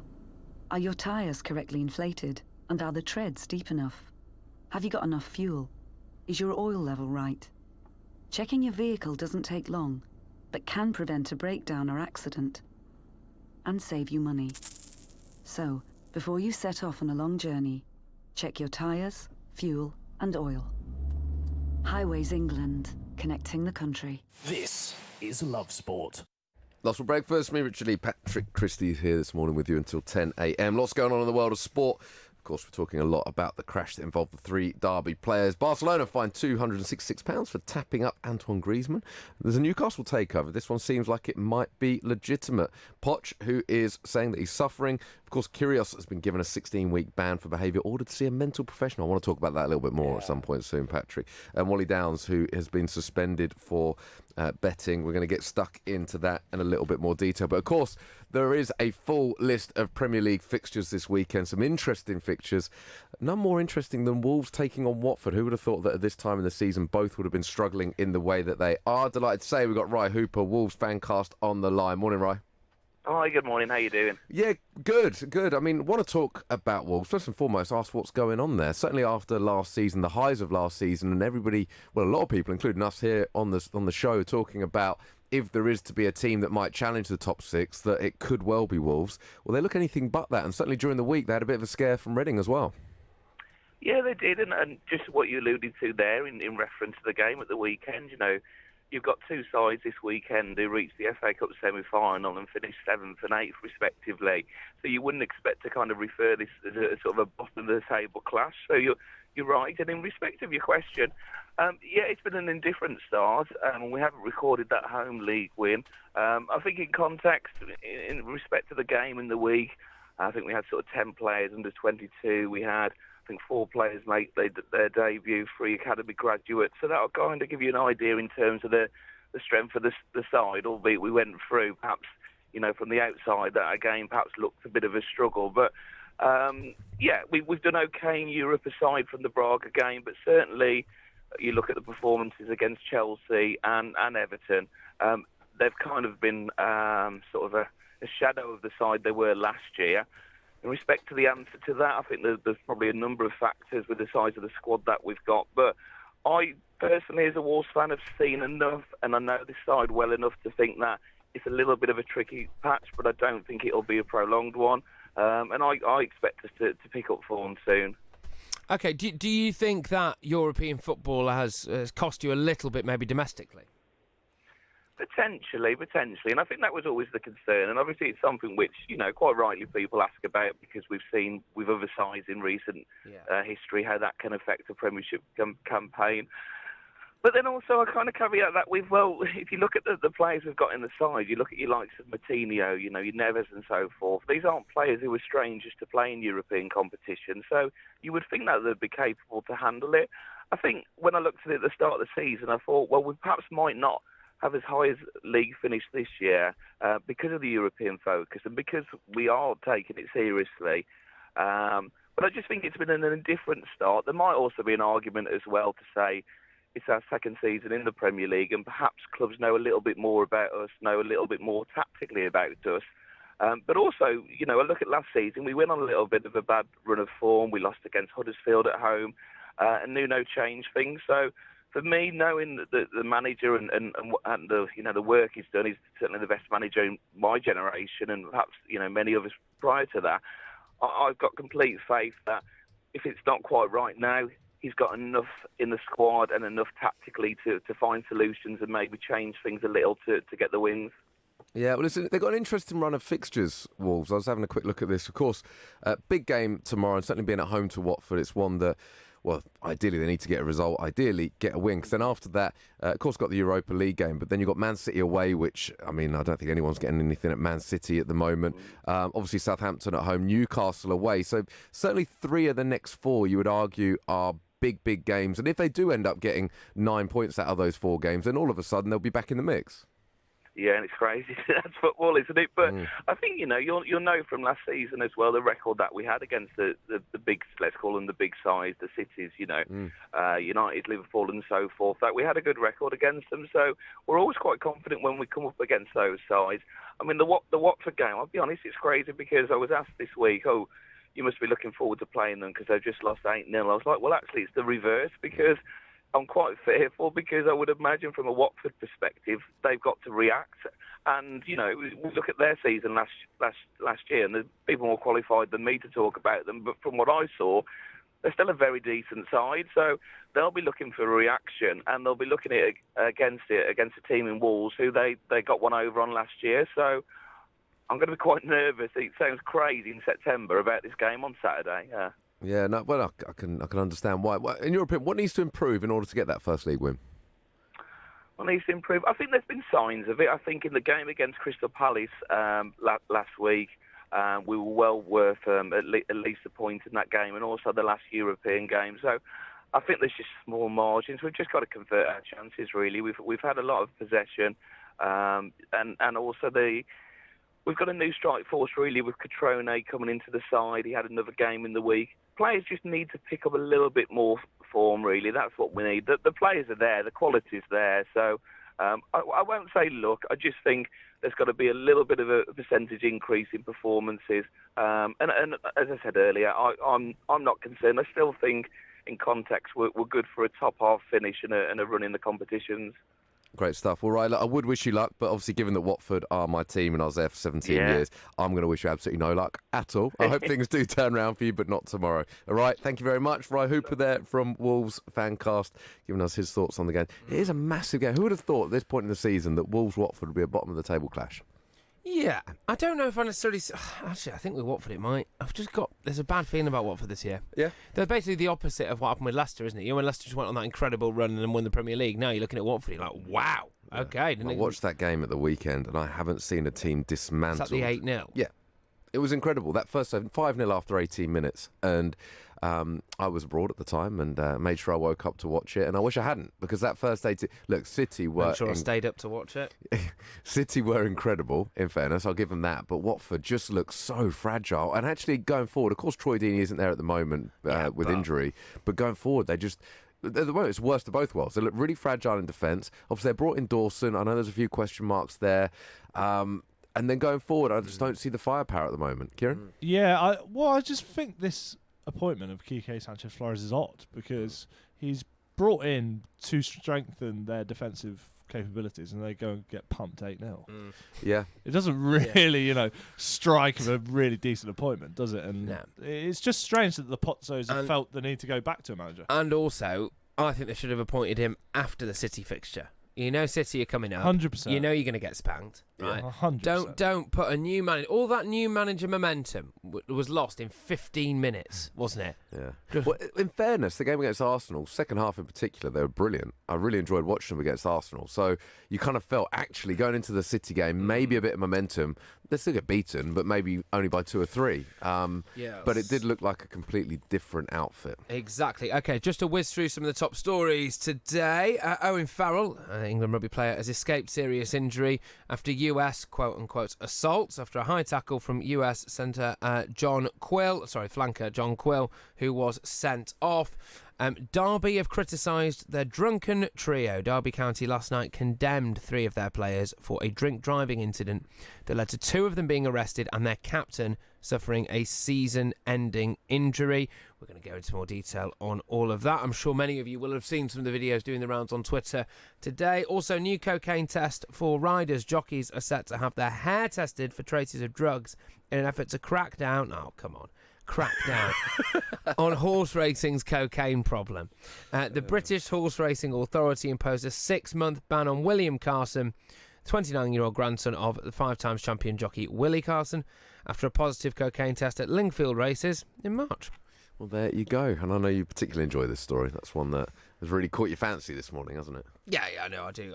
There's a lot of imagery. There's a lot of strong imagery there, isn't there? Also, Newcastle United takeover. This one looks quite genuine, quite feasible. Yeah, quite genuine. Peter Kenyon, and I have heard of this before. I know that it's surfaced a couple of times. Interestingly, and I made this point earlier, that the valuation Newcastle. So back in 2004, Newcastle valued at 322 million. As of today, it's 308 million, so it's reduced slightly. In the same period of time, Tottenham has gone from 222 up to 1.31 billion. So there is an opportunity there. If someone takes over Newcastle, if it is to be Peter Kenyon, they take over Newcastle, they put a similar structure in place and have a similar idea as to how to build the club. And I think this is where Mike Ashley's missed a trick. As much as he's making profit from the club year in, year out, and he's used it for his own personal gain in some way, it seems, you look at what Daniel Levy's done with Spurs, there is the opportunity there while the Premier League is how it is. There is an opportunity there, you feel, with a club like Newcastle, with the fan base, that it could be very much in the same league as Tottenham very, very soon, and maybe beyond. Who knows? 3 minutes to 8. Love sport. Mr. Davis, to start your car insurance policy, you'll have to pay upfront £850 for the year in one single payment. How does that sound? £850? Yes, Mr. Davis. In one go? Yes, Mr. Davis. Today? Yes, Mr. Davis. In one single payment? Yes, Mr. Davis. What? With new Aviva Plus, we won't ask you to pay everything up front. Everyone pays monthly at no extra cost. New Aviva Plus, car insurance the way it should be. Excludes Northern Ireland. Don't get caught out in the great energy price hike as large firms look to charge you more. If you want to save money on your energy bills, it's not too late to see what's on the market. With rising gas and electricity bills, don't get caught out wasting your money on expensive tariffs. A spokesman said will show you the very best value deals available. Check out aspokesmansaid.com and you could be using your savings to put towards a well-earned holiday. With aspokesmansaid.com. Fighting for you, saving you money. If you see somebody showing any of the signs of a stroke, you don't have to think about it, you just dial 999. Use the FAST test. F. Face. Has their face fallen on one side? Can they smile? A. Arms. Can they raise both arms and keep them there? S. Speech. Is their speech slurred? T. Time. Time to call 999 if you see any one of these signs. Act fast, make the call, dial 999. If you're in business, I bet you hate wasting money. We Do Taxi Tops can help you achieve minimum wastage on your advertising costs and maximum exposure. Our revolutionary taxi tops can target your potential customers in the right place at the right time, so your message has the greatest potential for making an impact. We Do Taxi Tops. Visit WEDOOH.com. We Do. The smarter, quicker way of advertising in London, supporting London businesses of all sizes. Love Sport Breakfast. Me, Richard Lee, Patrick Christys, here with you until 10 a.m. Lots to come in the next hour. We're going to be talking to Wayne Faraday, former QPR and West Brom winger. Of course, QPR take on West Brom. A top-of-the-table clash, actually. Both teams doing very, very well at the start of this season, so we'll be talking to him shortly. Of course, there is lots going on in the world of sport. It looks like there could be a legitimate offer for a takeover of Newcastle. Peter Kenyon is heading up a consortium. Also, plenty of other news. We're going to be talking more about the tackle that floored Owen Farrell and so much more that's going on in the world of sport today. As always, get in touch, 0208 70 20 558 on the WhatsApp, at Love Sport Radio on the socials, or look us up on YouTube, Love Sport Breakfast, 8 o'clock. On digital radio, online, mobile and smart speaker. This is Love Sport News. From the Sky News Centre at 8, Boris Johnson's advisor Dominic Cummings has suggested lawyers are examining a loophole in the law designed to prevent a no-deal Brexit.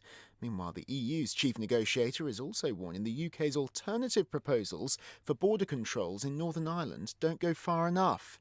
Meanwhile, the National Audit Office says the government's still got a significant amount of work to do to ensure the supply of vital medicines if there's a no-deal Brexit. Our political correspondent Kate McCann says there are specific concerns about nursing homes and social care providers. And that's because those groups have around 24,000 different supply chains, according to this report, and there isn't one full list of how they've all got ready. Although the government has been stockpiling medicines for the NHS, it hasn't done a comprehensive job on doing the same thing for social care. A British flag tanker that's been held in Iran since July has left the port where it was being detained. It was held after the UK seized an Iranian tanker off Gibraltar. Prince Harry has followed in his late mother's footsteps by walking through a partially cleared minefield wearing body armour. The Duke of Sussex has travelled to Angola, the same country Diana visited in the 90s, to raise awareness of the threat posed by the weapons. Later today, I will visit Huambo to see the place where my mother walked through a minefield in 1997. Once heavily mined, the second city of Angola is now safe. And with the right international support, this land around us here can also be like Huambo. In sport, England's centre Piers Francis has been cited for a dangerous tackle in their 45-7 Rugby Union World Cup victory over the USA. Francis caught Will Hooley with a shoulder-led challenge to the head. And mums might get a better response from their teenage children if they don't speak to them in a controlling way. Researchers have found 14 and 15-year-olds were much more likely to engage if instructions were delivered with a sense of encouragement and support instead. That's the latest. I'm Kit Bradshaw. Love sport. Online shopping can be a minefield. Often something that looks too good to be true probably is. Whether it's sold-out concert tickets, a half-price holiday, or discounted designer shoes. Don't be fooled. Always use a secure payment method and check who you're buying from is genuine. At Lloyds Bank, we believe nothing is more important than our customers' trust. And together, we can keep your money safe. Lloyds Bank. By your side. Love Sport Radio. On digital radio, online, mobile and smart speaker. This is Love Sport Breakfast with Richard Lee and Patrick Christys.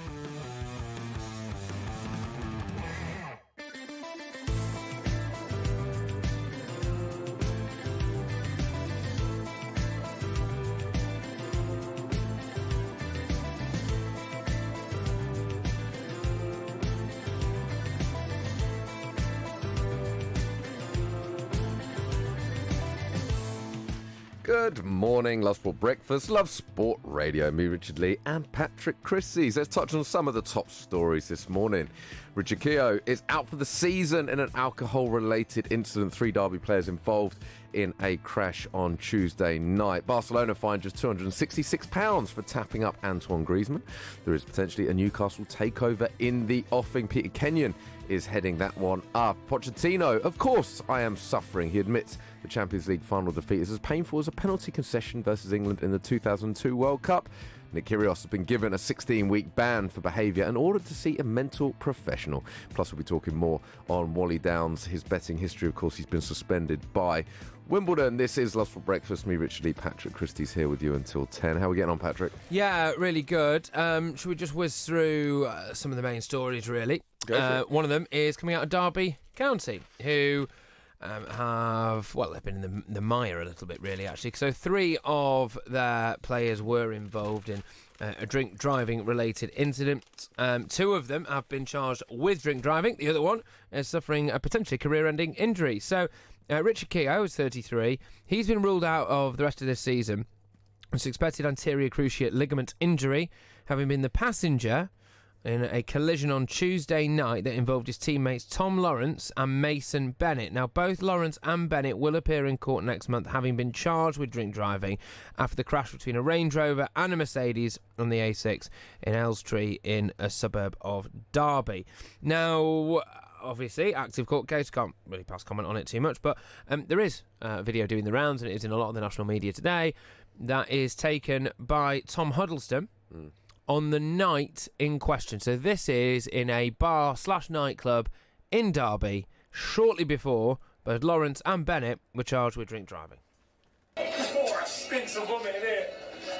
Right, let's get it all out. Let's get it all out, Biz. Get it all out, mate.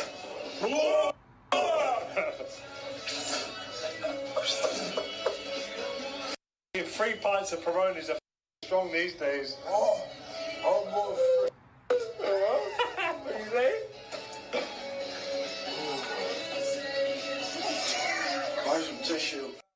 Firstly, absolute tune. Yeah. Right. Secondly, that is what you can hear there is Mason Bennett saying, "I've had more than 3." Yeah, which appearing to say that anyway, and him being sick and urinal. Yeah. On a Tuesday night. He attended a drink-aware course as Derby's drink-aware ambassador just a few days before this. There's quite a lot to this story, isn't there? A lot. Yeah. The actual footage, it's worth having a look at if you do get a chance. It's look, it's not particularly pleasant for so many different reasons. It's not particularly positive for so many different reasons.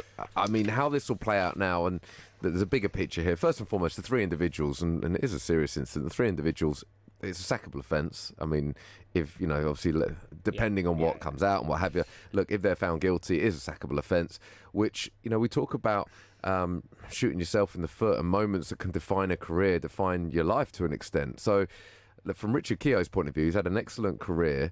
Something like this could end his career. And again, going into the next period of your life after having something like this can be very, very tough. So, I mean, look, as much as we're talking about it this morning and sort of joking to an extent about certain parts of it, it is a serious matter. And again, they are role models as well. And Derby County, from a club's perspective, going into the rest of the season, they've not had a particularly good start to the season. Something like this, that'll put a massive dark cloud over the club. Oh, absolutely. Derby have released a statement. It says, as a club, we cannot and do not condone the actions of a small group of players on Tuesday evening. The players were out as part of a scheduled team-building dinner with staff, and while the majority of them acted responsibly and left at around 8 p.m. and were not involved, a small group, including team captain Richard Keogh, continued drinking into the night. They should have known when to stop and also ignored the opportunity, and this is the kicker here, they ignored the opportunity to be driven home using cars laid on by the club and chose to stay out. As a result of an alcohol-related incident, Richard Keogh sustained a serious knee injury that will prevent him from playing until the end of the season. The players involved in the incident on Tuesday evening will be subject to a rigorous internal investigation under the club's code of conduct and disciplinary procedures. But over and above any punishment they receive, we will be expecting them to become involved with the excellent work the community trust does, helping the communities that we serve. Yeah. The manager, Philip Cocu, because it's been a tough start for him. Should we feel sorry for him? No, actually, because the fact is he's laid on a team-building dinner at what to me sounded a lot like a nightclub on a Tuesday night when you've got a game on a Thursday. Or Friday, sorry. The game was Saturday.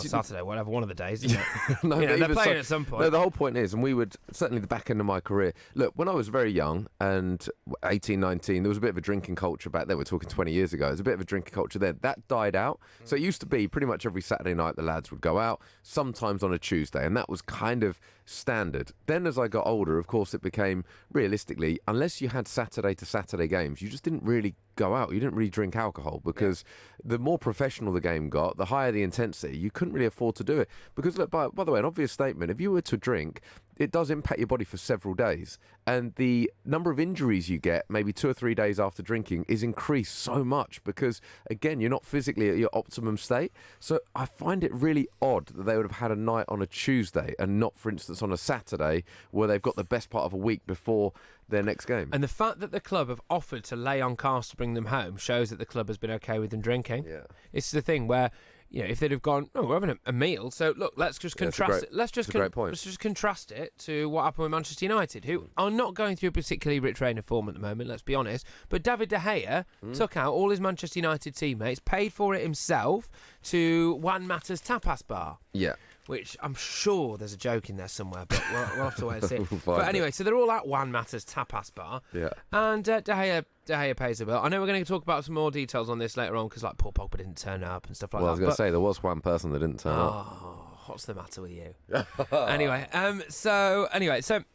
but this is the point. So United's players go out. They're not in great nick at the minute. They're just beating Rochdale, and they use a team-building exercise at a tapas restaurant in Manchester. And shock horror, there's no scandal involved. They've probably gone and had like a nice glass of Rioja, some chorizo, whatever. But this is a different level, and that's my main point. The fact is that Derby have gone, we'll lay on cars to take you home, which means go on, then, let's have a drink. They've and that's actually a great point, one I hadn't considered. So thank you for that, Patrick. I want to touch on the United dinner though, just moving on to that because you're right, they did have. I want to touch on the fact that it's been made quite a big deal that Paul Pogba didn't turn up. Who, by the way, nor did Rojo, Sergio Romero, Ashley Young, Phil Jones, and Harry Maguire. Yet the headline is very much about Paul Pogba.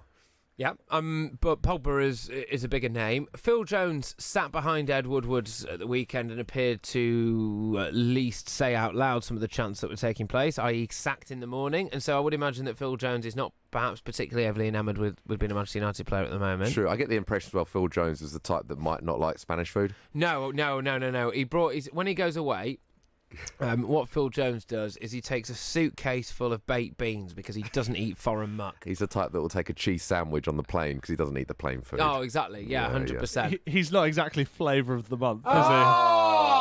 There we go. He was so excited over that one. I'm grinning like a Cheshire cat right now. Yeah, fantastic. But yeah, so Paul Pogba wasn't there. Yeah. Now, he apparently is entered into contract negotiations with United. I suspect that Manchester United have entered into contract negotiations with him more than the other way around. He apparently is trying to blow them out of the water. £600,000 a week he wants, which actually, shockingly, United will probably agree to. But in reality, it looks like he wants a January move. Yeah, which, by the way, going back to, and this is where football obviously has got a hand in some ways, in that how can Paul Pogba possibly be given an increase on where he's at the moment anyway? I mean, it's another story. Again, this will play out, no doubt. The fact that Paul Pogba did give it a miss, again, that's my only concern with this is, again, it's where is the focus? Okay, David De Gea's taken him around, which is, by the way, is quite a nice gesture, I'd suggest. He has obviously just got his new contract, so I'm sure taking his teammates out for dinner is not too much of an issue for him. So it is quite a nice gesture. But the fact that Paul Pogba gave it a miss, I just don't think is a story. And it does concern me a bit that certain papers are touching on this. Here's one for you. If Zidane were to join United, I know at the moment, out of left field, we like to speculate wildly. We've already decided that Poch is going to take over, so it's fine. And that Phil Jones doesn't eat foreign muck. No, that as well, which is probably true, that we also did an interesting segment earlier on cocaine use among jockeys. Yeah, you create a song. Yeah. We won't revisit that song because I'm pretty sure it was crossing a line. So yeah, would Pogba stay if Zidane were to join? See what I've done there? Didn't even mean to do it. No. Right, let's bring it back. Pogba. So with Solskjaer at the helm, if anything, I feel that with Solskjaer at the helm, they've got the best chance of him staying. But do they even want him to stay? Oh, I mean, this is the thing, which is that have we noticed when he hasn't played? Have we noticed when he has played this season, really? I mean, I haven't. I'm not that bothered about him, to be honest with you. I'm not that bothered about him. What I hate seeing is someone with a load of talent who just wastes it completely. You know, someone who could be one of the best players in the world and just seems more focused on what colour his hair's going to be at the weekend than him actually dominating a midfield. The guy was playing against Rochdale, right? And he couldn't even he couldn't change the game, could he? You know, this is a lower league opposition on someone on the outskirts of Manchester, the type of place that you drive through and lock the doors just in case someone stumbles out of a Lidl, you know, and walks in front of your car and decides that they quite like it because it's shiny, you know. And Paul Pogba just couldn't even dominate a game against them. No, not for me.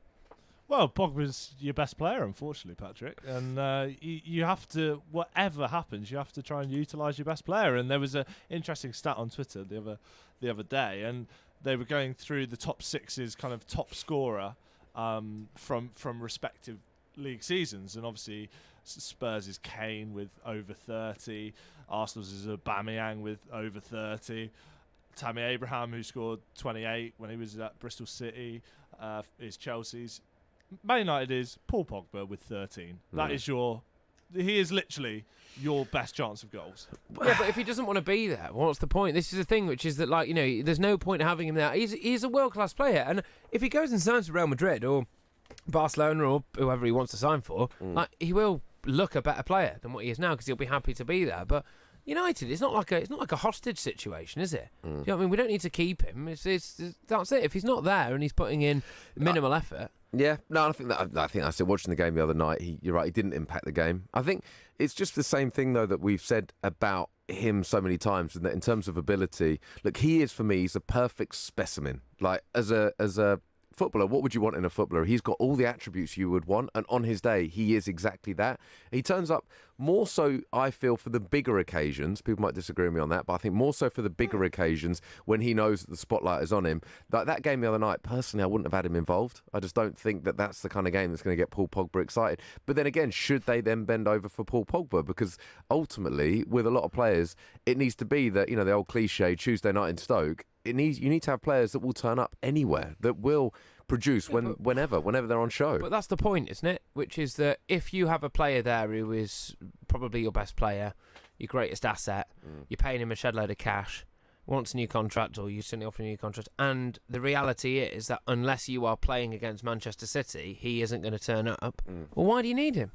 You know, I would rather have an actual child playing in central midfield than Paul Pogba at times, because it's felt like it. It's felt like it's a petulant guy. And also, I would understand it with people, this goes unnoticed, he missed a couple of absolute sitters against Rochdale.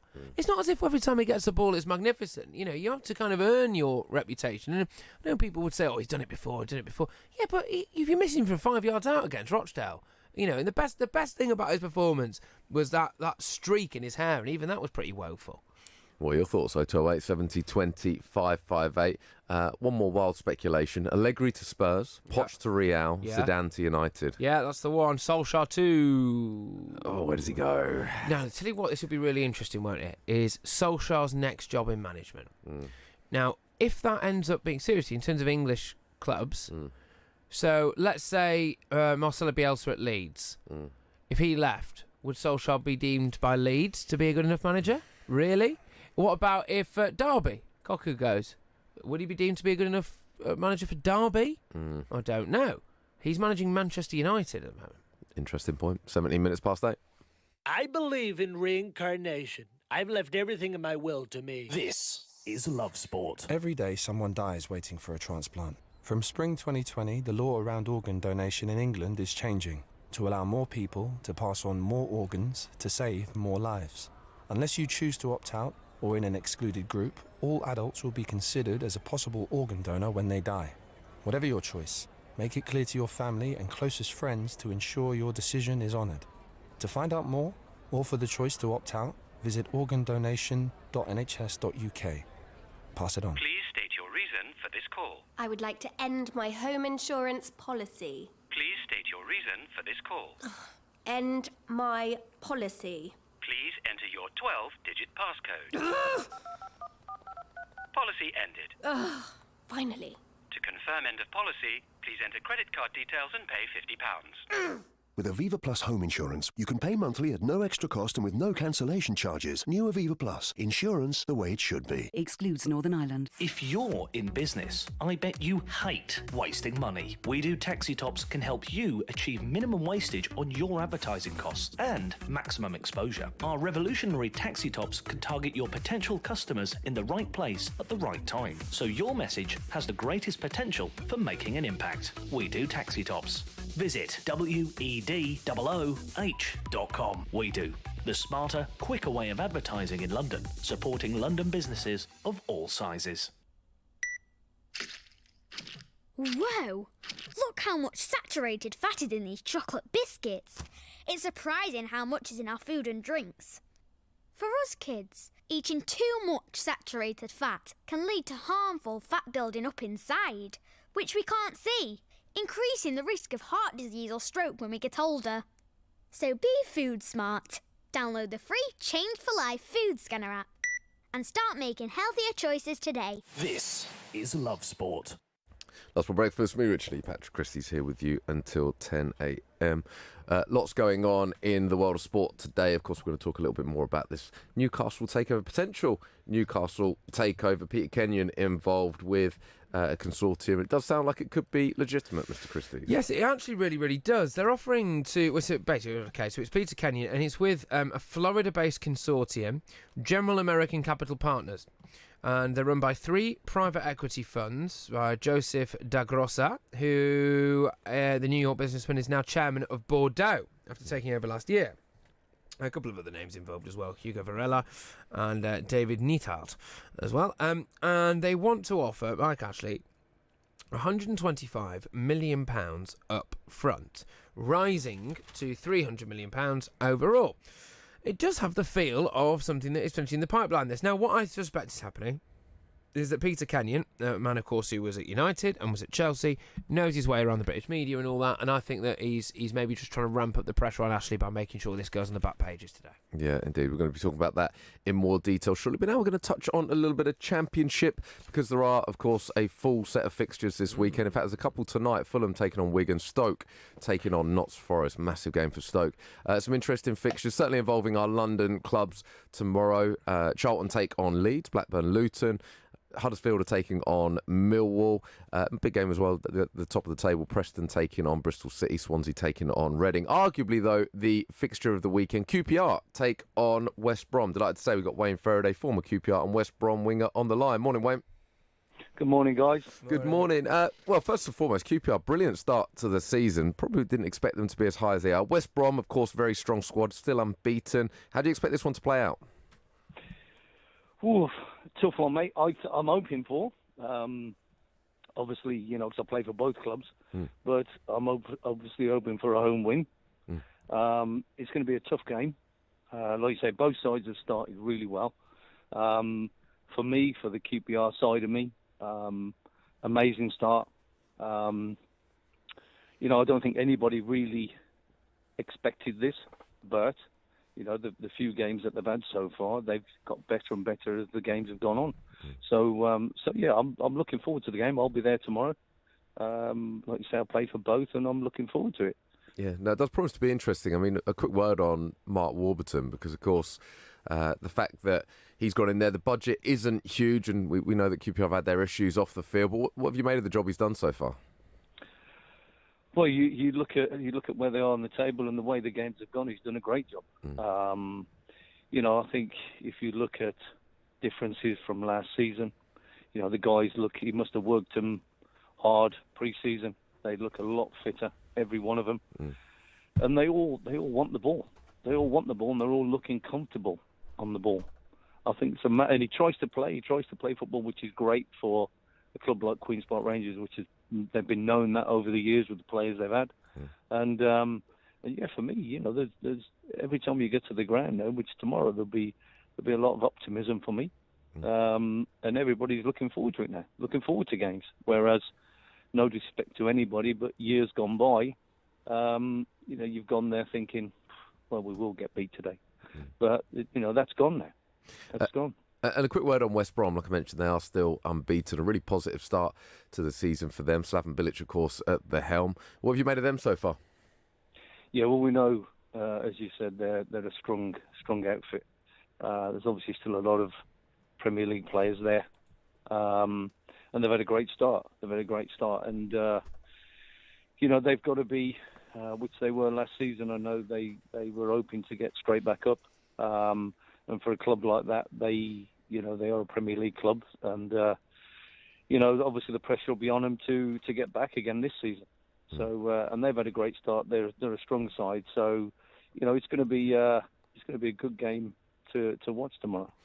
Just looking at the Championship on the whole, of course, Leeds top of the table at the moment on goal difference ahead of Swansea. The likes of Preston are up there. Forest are in the playoffs. Bristol City are there or thereabouts as well. And you've got some of the fancy teams at the other end. Of course, Stoke being a great example, had a dreadful start, just 2 points off 8 games. But what you've seen so far, do you expect West Brom and QPR to be there or thereabouts? Or do you think that QPR realistically mid-table might be the expectation? Well, I said at the start of the season, obviously new manager coming in is going to take time, and I said looking at it, again just saying realistically, I would be happy with years gone by. I would be happy mid-table. For West Brom, this is for QPR obviously, and maybe pushing just around the playoffs. That would be a fantastic season. But the way they've started, like I say, everybody's thinking now. But let's not get carried away. For West Brom, I think they will be there or thereabouts. And to be fair, they've got to be there or thereabouts. For a club of no disrespect to Rangers, that size, they've got to be there or thereabouts. But like I say, for QPR, I did say at the start of the season, if we finish mid-table, we don't have a relegation struggle, I would be great with that because we know where we are. We know we've got a few more years of consolidation because of money, etc. But But like you say, there's the way they've started. What's to say they could be there or thereabouts as well. Yeah. A quick one on Naki Wells. Scored twice last week for QPR. Good to see him back in goal scoring form. Yeah, definitely, because they need that. It's good to see Jordan as well getting a few. He's obviously had his struggles at West Ham, but Naki is obviously a proven goal scorer. And he's great. He what he does for the team as well. He works his socks off. Both of them do, and I think that's where we've struggled over the years as well. Goal scorers, and they, like you say, they close down from the front. They work hard for the team, and he's getting his chances and he's putting them away right now. Confidence must be sky high, and he's hitting the back of the net. Obviously, it's still early stages in the Championship, but who would be the standout team for you this season? Is there any that you think will run away with this league? I don't think so, mate, because as we said, it's a strong league. It's a tough league to get out of. There's a lot of big clubs in there, as we've said. Obviously the ones, the surprises again at the top there, as you would mention, Preston. But you've got the Leeds, you've got the West Brom, you've got all these guys. I would see, like you say, I'd like to think West Brom are going to be in there. Leeds are obviously. So I think the bigger boys are going to be there or thereabouts. Great stuff. In fact, lastly, we've got to get a prediction from you. Oh, I knew this was coming. Go on, what you got? It's coming, guys. Playing for both. For me, I would. I'd love to sit on the fence and say it's going to be a draw, and I think it will. But I would love QPR to carry on their amazing start to the season and get a win tomorrow. Fantastic, Wayne. Appreciate you coming on. No worries at all. Thanks, guys. Wayne Faraday there, former QPR West Brom winger, hoping for a QPR win. He said he could see it being a draw, which in fairness, I could see that being a draw. Both teams on 16 points after 8 games. Interesting, only 1 point off the top, so a win could potentially see them top of the league, which, could you imagine QPR being top of the league? Well, yeah, I suppose. It's like a parallel universe, isn't it? But can imagine Stoke at the bottom of the league, can QPR imagine at the all top. sorts of things, Red. You do. It's what makes you so entertaining. The time is 28 minutes past 8. This is Love Sport. Are you being fobbed off by a company? Are they letting you down? And are your complaints falling on deaf ears? We can help you out. Come to aspokesmansaid.com and we will give you a voice and a platform to raise your complaints. As recommended in the Daily Telegraph, aspokesmansaid.com. Fighting for you, saving you money. The cost of car, van or motorbike insurance can put people off driving completely, but you don't have to pay massive premiums to protect your vehicle from theft or damage. Price comparison site aspokesmansaid.com can get a great deal for you. Aspokesmansaid.com. Fighting for you, saving you money. Mr Davies, to start your car insurance policy, you'll have to pay upfront £850 for the year in one single payment. How does that sound? £850? Yes, Mr Davies. In one go? Yes, Mr Davies. Today? Yes, Mr Davies. In one single payment? Yes, Mr Davies. What? With new Aviva Plus, we won't ask you to pay everything up front. Everyone pays monthly at no extra cost. New Aviva Plus, car insurance the way it should be. Excludes Northern Ireland. Don't get caught out by rising energy bills this year. Leading price comparison site A Spokesman Said can help you save money in just minutes. Plus, sign up to A Spokesman Said to get the latest super cheap collective energy deals. These offers are such great value, they aren't even available direct from the energy companies. Savvy customers have saved over £10 million from collective energy deals. Go to aspokesmansaid.com and you could be saving big money on your bills. With aspokesmansaid.com. Fighting for you, saving you money.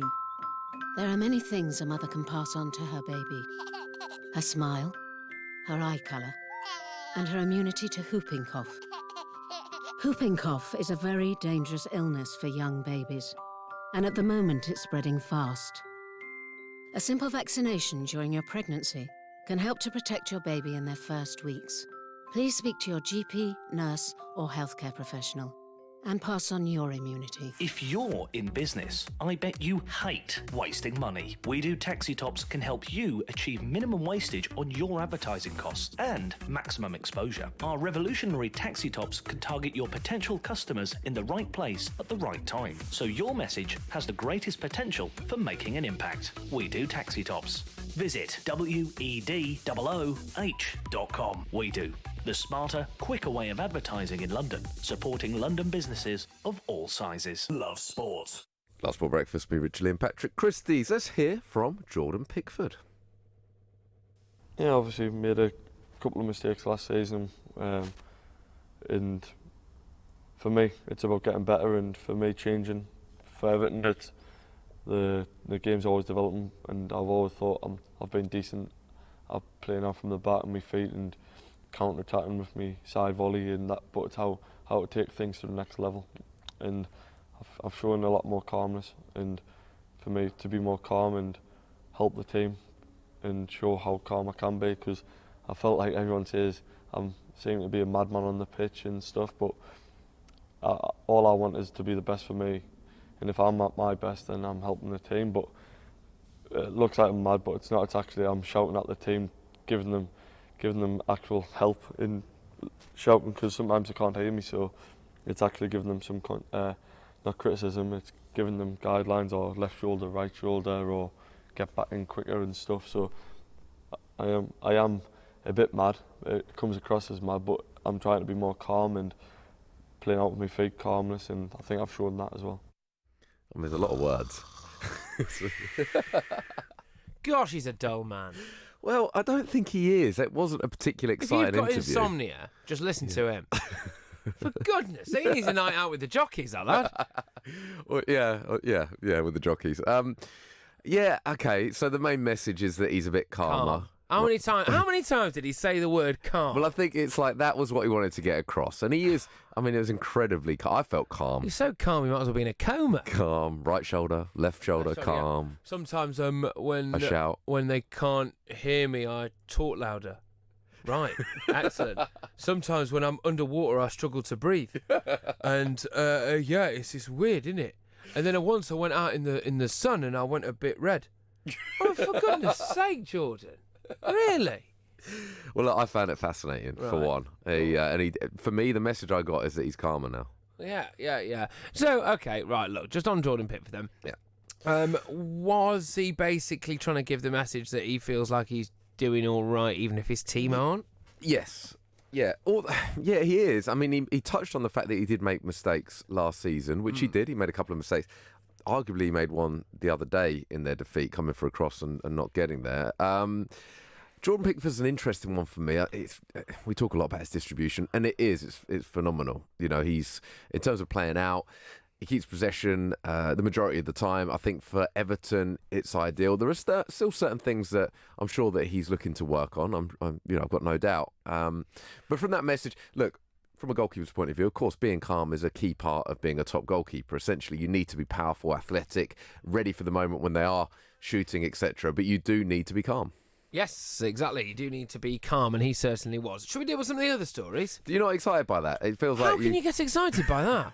It's like getting an avocado for Christmas. Which, by the way, is the holy grail of food. Okay, I don't know where I am. I don't know what's happening today. I'll be honest with you. What is going on? Anyway, okay. What should we talk about? I want to run through some of the big stories, because people are just joining us now. It's 8:30. Maybe you're just on your way to work. So are we saying that Jordan Pickford being calm, which, by the way, of course, they do face City tomorrow. Yeah. Marco Silva favourite for the sack. Just a quick one on Marco Silva. Look, they're going to lose to City. Would they sack him after that? We talk about when you time a sacking, and ordinarily, if you're bringing in a new manager, you'd want to do it where you can give them a good run, i.e. Ole Gunnar Solskjaer last season. Who's available? This is the thing, you see, because it's one thing sacking him, and I can see why he maybe deserves that, but this is not a new thing for Everton now. Everton have got a little bit of a habit of spending quite big in the transfer window and then really not doing it on the pitch.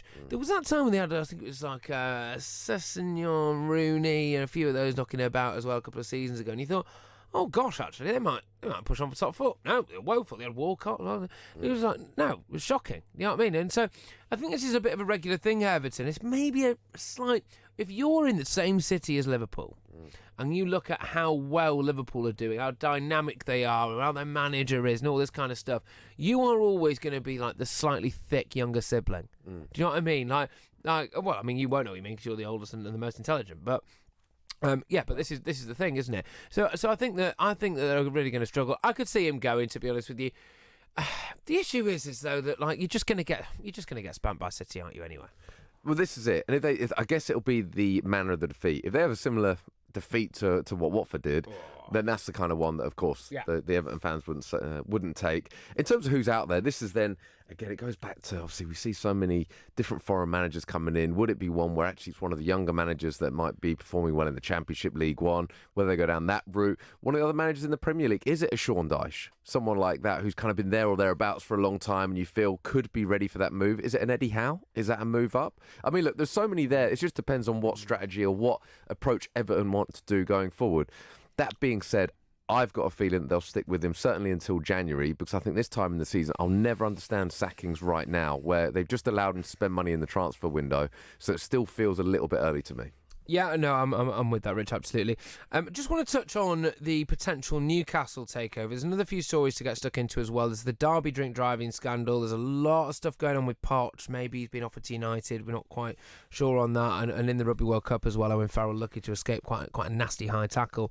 But just focusing on Newcastle for now, Peter Kenyon, formerly of Manchester United and Chelsea, of course.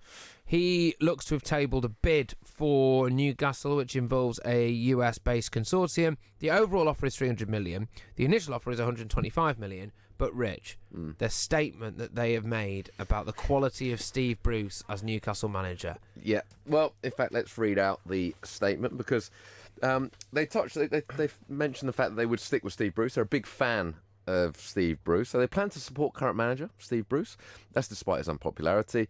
So the GACP Sports Group claim that the 50-year-old has unparalleled success in Europe. So just to touch on this, for those who don't know, Steve Bruce has been involved in Europe. Cleaned up in Magaluf.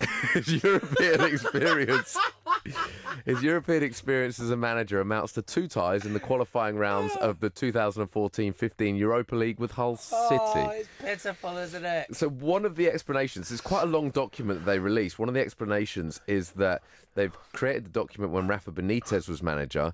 Obviously now Steve Bruce is manager, so they might have just deleted Rafa Benitez and written Steve Bruce and kept the document the same. And they should have replaced Europe with Greg's. Unparalleled success in Greg's. I mean, the way he just works his way through that counter is like nothing you've ever seen. If you've ever seen a man inhale a steak bake quite like Steve Bruce.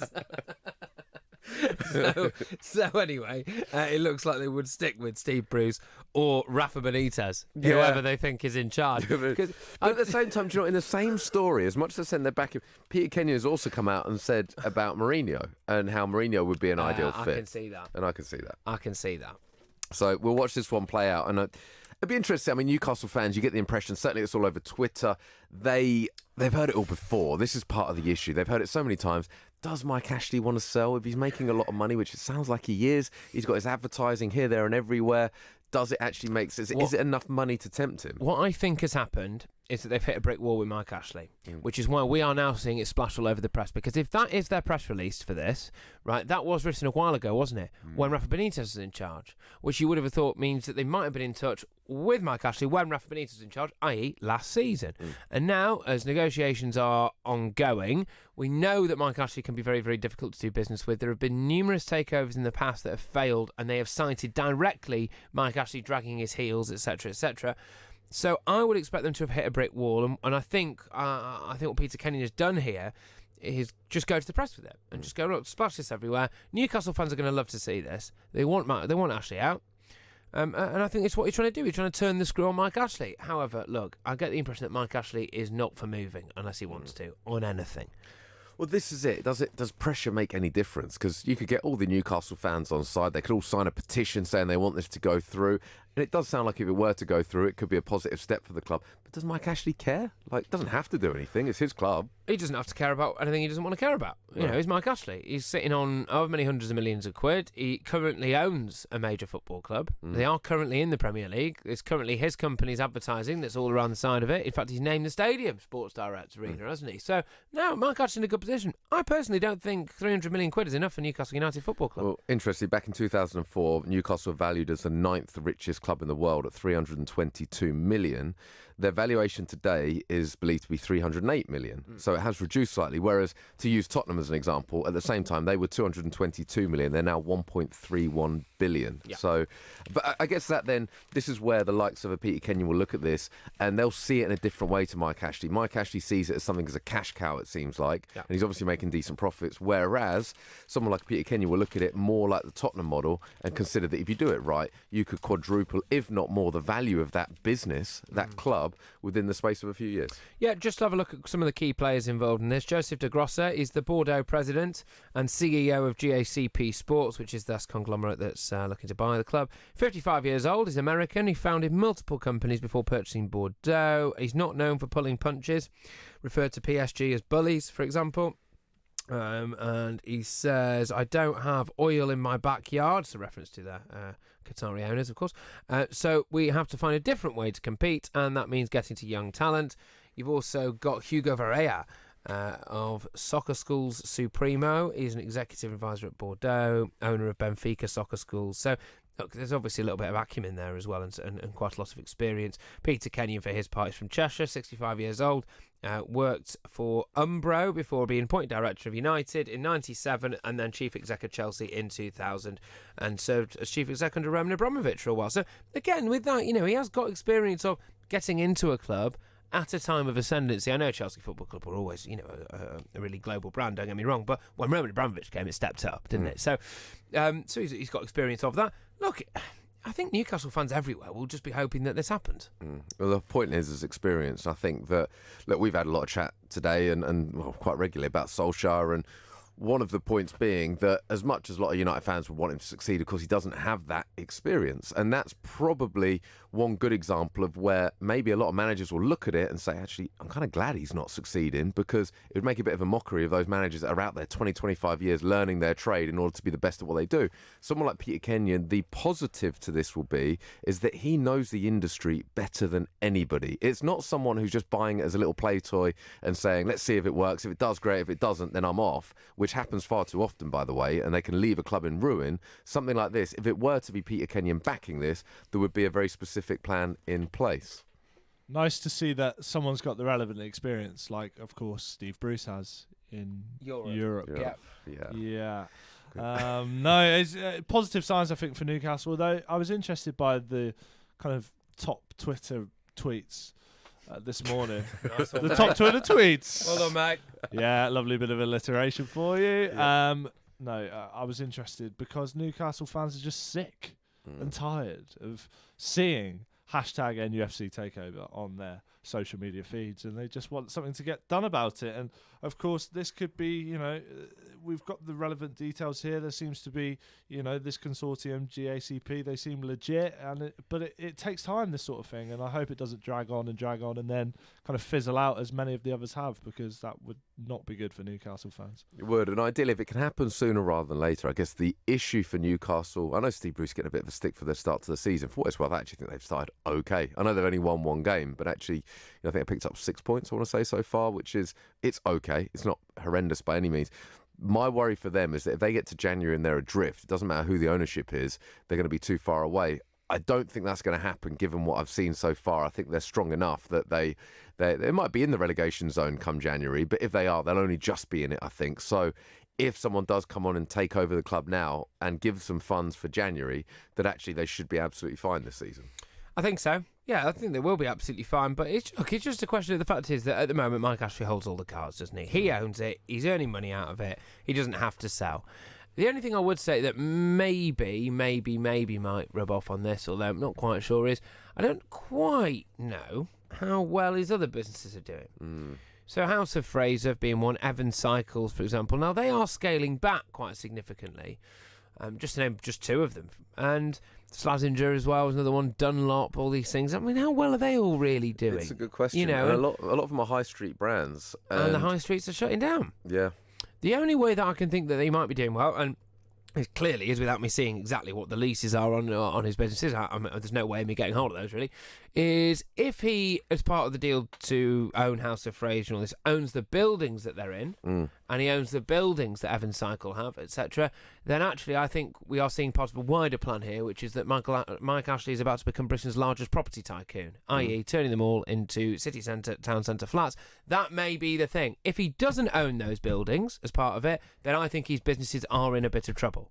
And if that is the case, then maybe 300 million quid from a Newcastle takeover is worthwhile. Yeah, and of course you did try and get that information. When you broke into his property, you got on the computer and it had username Mike Ashley, and it was password. You tried to guess the password several times, but you just couldn't get in. What did you guess again? Brucey bonus. Yeah. Rafa 1. Yeah. And 9 pints deep. 8:45. Putin is a great singer. I love him in that musical, Putin on the Ritz. Giving your team a voice. Love Sport Radio. Please state your reason for this call. I would like to end my home insurance policy. Please state your reason for this call.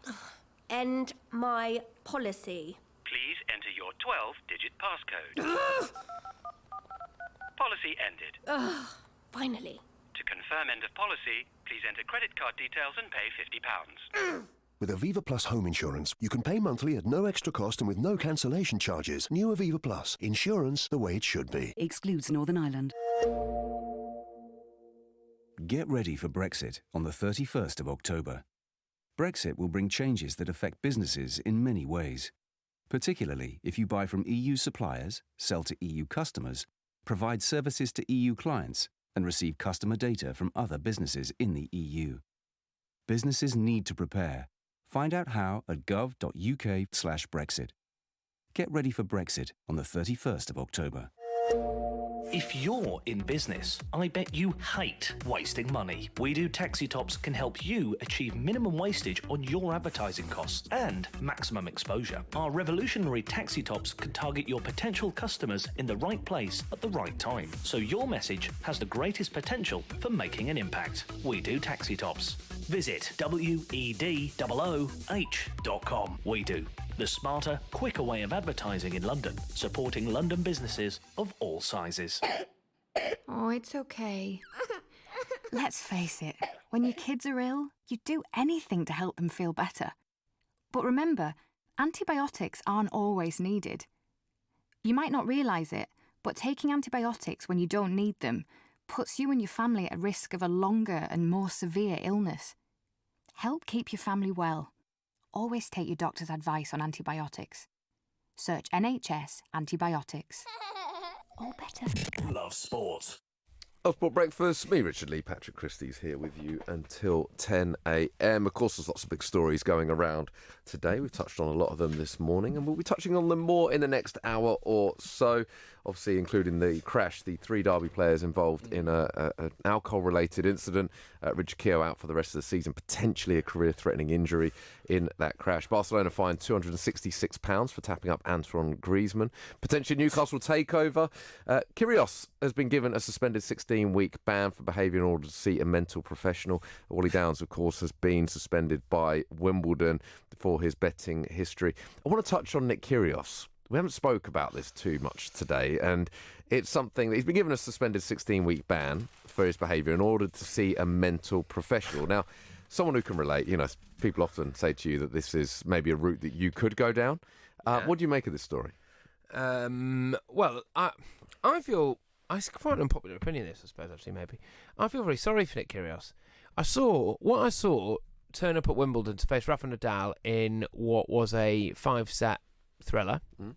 For my money, probably the best game of the tournament, was the bloke who turned up without a trainer, without any particular obvious signs of any backroom staff.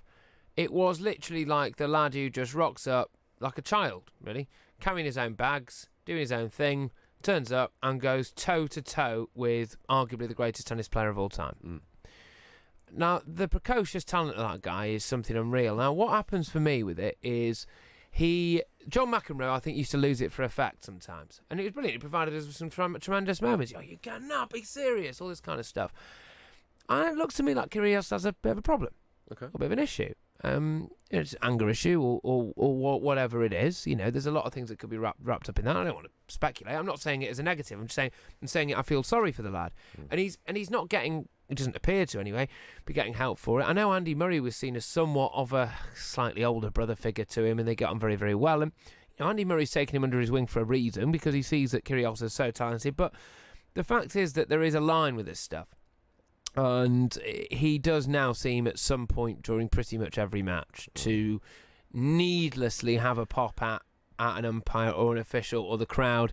And I know in his latest match he claimed that he said on mic, I was getting distracted by a hot girl in the crowd and stuff like this. And I think it's a little bit of a self-defense mechanism, which is that he can't quite come to terms with how good he is and how good he could be and the pressure that might be associated with that. And what he does is self-sabotage. And he gets himself to a point where he's just about to win maybe or whatever, and he can't quite handle the fact that actually if he put the effort in, he could be as good as Roger Federer. Is this the issue we have with you on this show, where just as we're about to produce a really, really good show, you'll go and say something, and before you know it, we're back where we started? In a way, yeah. Yeah. So with Nick Kyrgios, because he is that good. Like, I've watched him quite a lot now, and he is incredibly talented. You're right, though. Every single match, it feels at the moment, there is at least one incident. Could it be, and this was the classic cliche with the likes of, say, a Wayne Rooney, that people always talk about his edge, and actually he needed that edge to be the player that he was. Now, I'm not sure whether that's necessarily true, but a lot would always say that. Is it the same thing with the Nick Kyrgios? If you take that out of him, then maybe he's actually not as good as we see him? My girlfriend teaches a lot of gang members. Okay. And a lot of them have ADHD, and a lot of them behave in a very similar way to Nick Kyrgios on a tennis court. Okay. That's that. Point being? My point being is, I think, you look at it and you think he's got all the cameras on him all the time. The match is going relatively well, and then he crowbars in some kind of controversy, and then that's all you talk about after a game. And to me, it's an issue. It's not. I'm not saying again. I want to emphasise, like, I feel sorry for the lad, and I really rate him. I like him. I think tennis and sport in general is stacked full of the most boring people that the world ever produces. We just listened to an interview from Jordan Pickford, and it made me want to punch myself in the face. Right, Nick Kyrgios, I would listen to him all day. I rate the guy. I just think he's got a bit of an issue. Well, I do actually agree with the point. It's an interesting point about self-sabotage. And a lot of people struggle with success. It's actually when things start to go well, it freaks them out a little bit. Yeah. And I do think that it might be a little bit of that, where there is a... again, it's a limitation, but he's limiting himself in some way. Now, why he's doing that, it's always hard to know why someone would want to do that. But realistically, certainly as these big three move on, which they are getting older now, of course, Federer, Nadal and Djokovic, I'm sure they've still got another year or two left, but it could be the likes of a Nick Kyrgios, given the talent that he's got, that could step into their mould. Yeah, and I think we always forget he's only 24, and he's still a young guy. He's been on the tour for ages because of his precocious talent, right? And it's just about channeling that, and he's got to find a way to do it. And I just want to kind of get into the detail of what this suspended 16-week ban means, because of course it means he can still play, because it's a suspended sentence, if you like. So he put on social media, everyone, I can still play, I'm just on probation. I just have to keep a lid on my behaviour, that's all. And he makes it sound very flippant. Oh, I've just got to keep a lid on my behaviour. Which is easy. Which is, it's water off a duck's back, isn't it, for Nick? But yeah, he also put on Instagram, guess I'm on my best behaviour for 6 months with the monkey, eye emoji, hashtag detention. So, yeah, I think he's treating it a little bit flippantly for my liking. It'd be interesting whether this actually does make a difference, though, because he made the point there. He knows himself. He's got to keep a lid on it for this amount of time at least. Now, if it does have an impact, then actually maybe it is quite simple. Maybe it is that the threat of this might be enough. However, if we see that in the next game he has an outburst and he ends up getting this 16-week suspension, then I think we know he has got a serious problem that can't be controlled. No, look, man, I'm telling you, I think he's got issues in the sense of, he came out at the start of his career and he was like 19 or 20 and he was missing tournaments and he was going, I actually just want to be a basketball player. Yeah, all right, but you're not good enough. I want to be a basketball player, but I'm not good enough. You are a very good tennis player. And what he is so afraid that he might look like he cares and then lose, that he doesn't want to try at all. You made a couple of really good points today. I have a few sessions with a mental professional, mate. Yeah. There you go. There you go. Mad Gaz. Yeah. All right, Gaz is going, I'm nuts, mate. Absolutely nuts. So But this still would be enforced if any verbal or physical abuse of umpires was seen, line judges or spectators, And he'd also be banned if he makes a visible obscenity or shows unsportsmanlike conduct, like spitting towards an official. So. What? He's not a llama. Just lead him in. So, look at this. Here's the alpaca.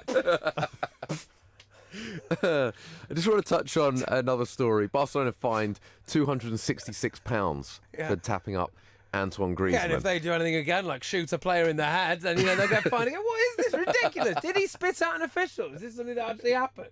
Oh, come on. Anyway, sorry, Rich. Go on. Anyway, so Barcelona fined £266 for tapping up Antoine Griezmann. They're going to pay in instalments, I believe, over 4 years. Well, with that kind of a fine. It actually came out, and it came out on Twitter, and I saw straight away the comments, they're like, I think you made a typo. Do you mean 266 million? Yeah, I thought that. And everyone's like, no, £266. For goodness sake. It's almost like they don't care, isn't it? It's just, wow. It does make a mockery of this whole tapping up thing, though. Like, I think it's becoming, people do care less, because I think majority know now that players know what's going on all the time. There's another story here which I don't know whether people might have missed earlier on, which is that Nigel Benn is making a return to boxing at the age of 55 years old. And his son Connor, who we had on the show, Yes. has been quite outspoken about it. Yeah, well, he's saying that no one likes to see their dad get hit in the face, and that's pretty true. And he said, look, the fact is he is fit. I mean, actually, so the British and Irish Boxing Board of Control did pass him fit for this and said that he's the fittest 55-year-old in the world. For his part, Nigel Benn has said, look, he went through a lot. While he was fighting, he said, and these are his words, he said, well, look, I'll read it out to you. He said, I'd been troubled by issues since the brother I love was murdered by racists when I was 8 years old. That started me smoking, and I didn't stop until I was in my 40s. Started sniffing. I cheated on my wife for years, had children with different mothers. And then when I lost to Steve Collins, the woman who loved me was divorcing me, so I wasn't focused. Seems there was always something. Anyway, since then, moved to Australia, found God, got himself really, really fit, and now he wants, quote-unquote, closure. Wow. That'd be interesting. I mean, at that age, is certain issues, certain worries?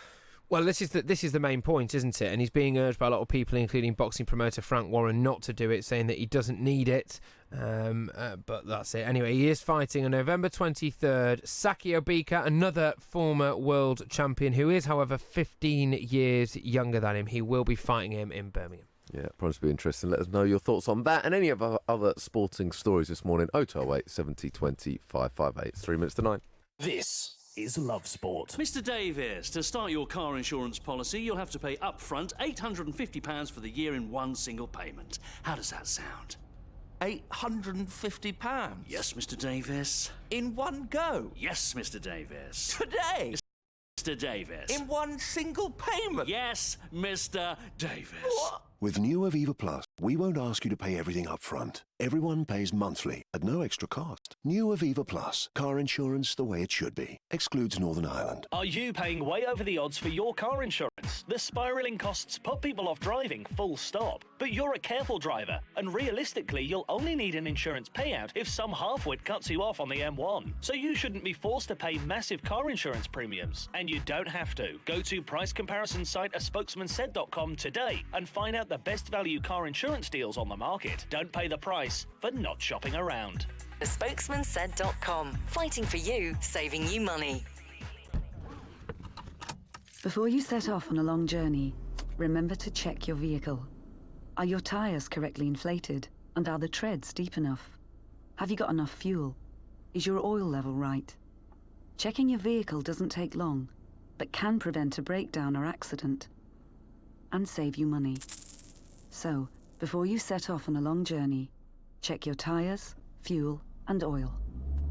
Highways England, connecting the country. If you're in business, I bet you hate wasting money. We Do Taxi Tops can help you achieve minimum wastage on your advertising costs and maximum exposure. Our revolutionary taxi tops can target your potential customers in the right place at the right time, so your message has the greatest potential for making an impact. We Do Taxi Tops. Visit WEDOOH.com. We Do. The smarter, quicker way of advertising in London, supporting London businesses of all sizes. That's for breakfast. Me, Richard Lee, Patrick Christys here with you until 10 a.m. We've got a big last hour, so do stay tuned. We're going to be talking to Jason Kerr, Somerset head coach, We'll also be talking to Ben Dinnery, of course, our injury analyst, talking about the big injuries this weekend, because there is a full list of Premier League fixtures, Championship, League 1, League 2. Of course, as always, you can get in touch, 0208 70 20 558 on the WhatsApp. We're on the socials as well, at Love Sport Radio. We're also live on YouTube these days. Just simply go on YouTube and type in Love Sport Breakfast. We're here till 10 a.m. Stay tuned. The time is 9 o'clock.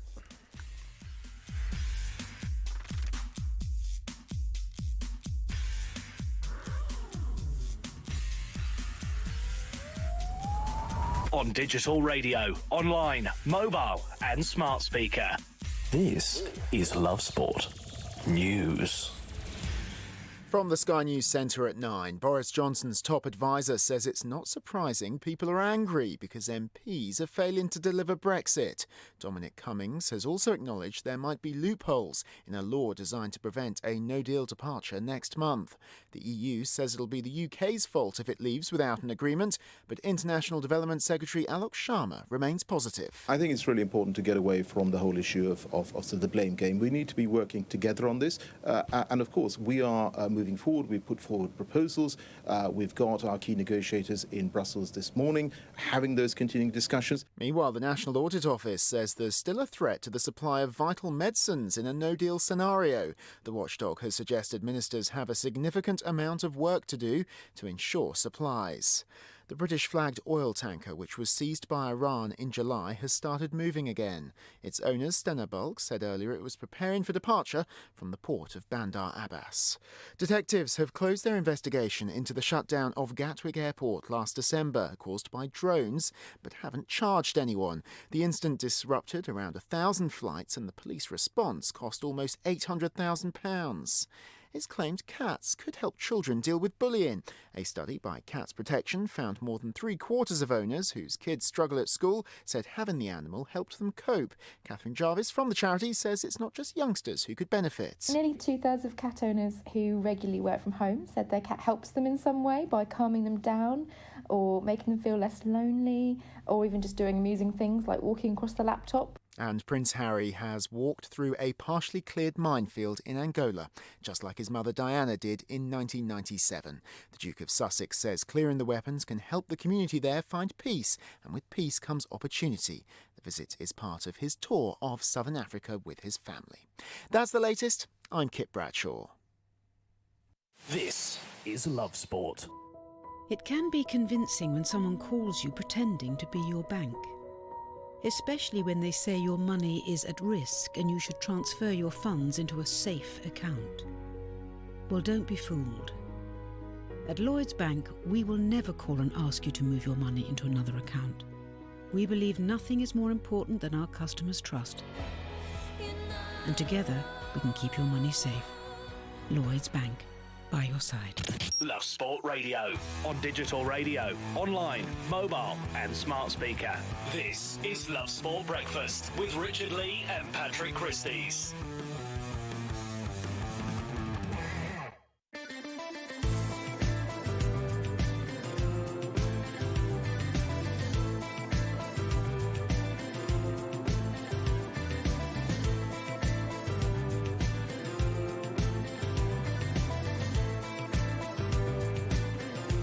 Well, hello there. Good morning. Love Sport Breakfast, Love Sport Radio. Myself, Richard Lee, and Patrick Christys here with you for another hour or so. The top stories this morning. Richard Keogh is out for the season in an alcohol-related incident. 3 Derby players involved in a car crash on Tuesday night. Barcelona have been fined £266 for tapping up Antoine Griezmann. Newcastle are potentially in line for a takeover. Peter Kenyon heading up that one. Pochettino says, of course I'm suffering, admits the Champions League final defeat was as painful as the penalty concession versus England in 2002 World Cup. Nick Kyrgios has been given a 16-week suspended ban for behaviour in order to see a mental professional, and we're going to be discussing more on the Wally Downs issue. Of course, he has been suspended by AFC Wimbledon. You are with me, Richard Lee. Patrick Christie here with you until 10 a.m. Thanks as always for the messages that are coming in. You can WhatsApp us 0208 70 20 558. We're also on the socials at Love Sport Radio. We have had a WhatsApp in, actually quite complimentary towards you, Patrick. Really? Yeah, interestingly. Hang on, where's this going? Interestingly, no, generally, he's, here we go. Whoever the geezer is that battered Jordan Pickford for his interview is a funny guy. Oh, thank well, you that very wasn't much. me, so I can only assume that was you. But he does make the point, actually. He said he wasn't wrong when he said sports people are boring.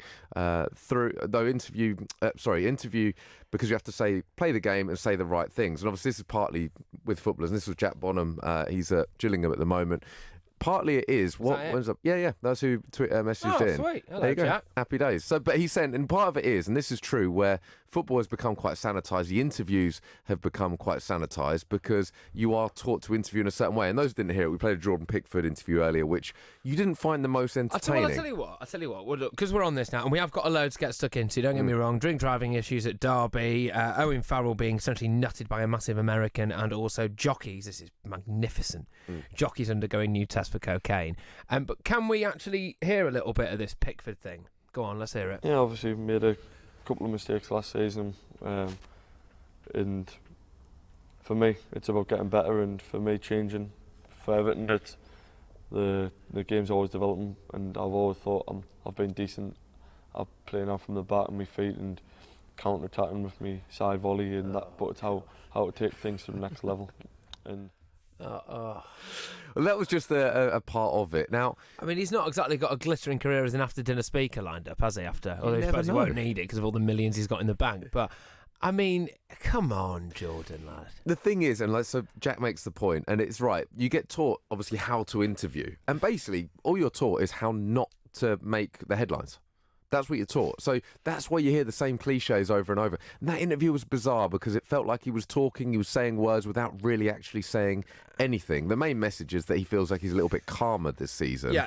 So they do a similar thing with politicians. There was an interesting one with James Cleverly, who's a prominent Conservative politician, and he was on BBC Breakfast yesterday. And what you're told to do is, no matter what the questioning, get your points across. So what they've been told to say is the Tories want more police, they want more money into their education system and more money in the NHS. And so he's being asked questions like, are you proud to be a member of Boris Johnson's government? He goes, I'm proud that we're putting money into the NHS. I'm proud that our education system is great, and this, that, and the other. And then they keep pressing him. They're like, look, what about Boris Johnson? What about the language he used? And he goes, well, look, I think ultimately, the fact is I just want to crack on and put more money into the NHS. And, come on. It's a little bit like with Jordan Pickford. It's like, right, just say that you're calm, say that you play out from the back. And that's all he can say, And it does annoy me because it's the thing, which is that we want to know from our sports stars. I can understand, right, why someone might not want to come out and go, I voted for Brexit, or yeah, I'd want immigration controls, this kind of stuff. Fine, cool, I get that. You don't have to say that, but you can just be yourself. Like, Peter Crouch does it with great effect, for example. But the difference is Peter Crouch is at the end of his career. He's just retired. So is there an argument to be said that's the time that you see footballers come out of their shell a little bit, is when they realise we're now going to progress into the world of media. I can't be this character anymore. This is one of the reasons why, because I obviously do a fair bit like politically and stuff, like a lot of the politics shows and things, and this is why I don't ever mind talking about issues such as immigration or things like that, because I don't have any ridiculous privately held views. You know what I mean? I don't have it's not like I go home and I'm just secretly a Nazi. So I don't mind talking about things like immigration because I'm not going to say anything on air that I'm not trying to hide anything. And this is why I think can't we just give footballers a little bit of credit for the fact that they probably haven't got any really seriously dangerous and fruity views about stuff. So why are they so afraid to talk about it? But then you got the two ends of the spectrum. Then certain players do come out and say certain things, and then we find ourselves talking about that. I don't know. It's tough because sometimes you're damned if you do, damned if you don't, to an extent. I want to touch on a couple of the more serious topics this morning. Of course, the drink driving, alleged drink driving, as it is at the moment. Of course, Richard Keogh involved in this accident. Not alleged. Wow. Oh, flipping heck. We just had a visitor in the studio very briefly there. I think funny actually, because that's the voice I hear in my head every morning when I go to bed. Every morning when I wake up and I open my eyes, I just hear that. I tell you, nearly had a heart attack, Patrick Christys. We will get him back any second. So 3 Derby County players involved in a drink driving incident. Of course, Richard Keogh is out for the rest of the season, potentially a career-ending injury. It's a good job I didn't swear then, actually. Yeah, very close. Anyway, go on. Sorry. Potentially a career-ending injury, Richard Keogh.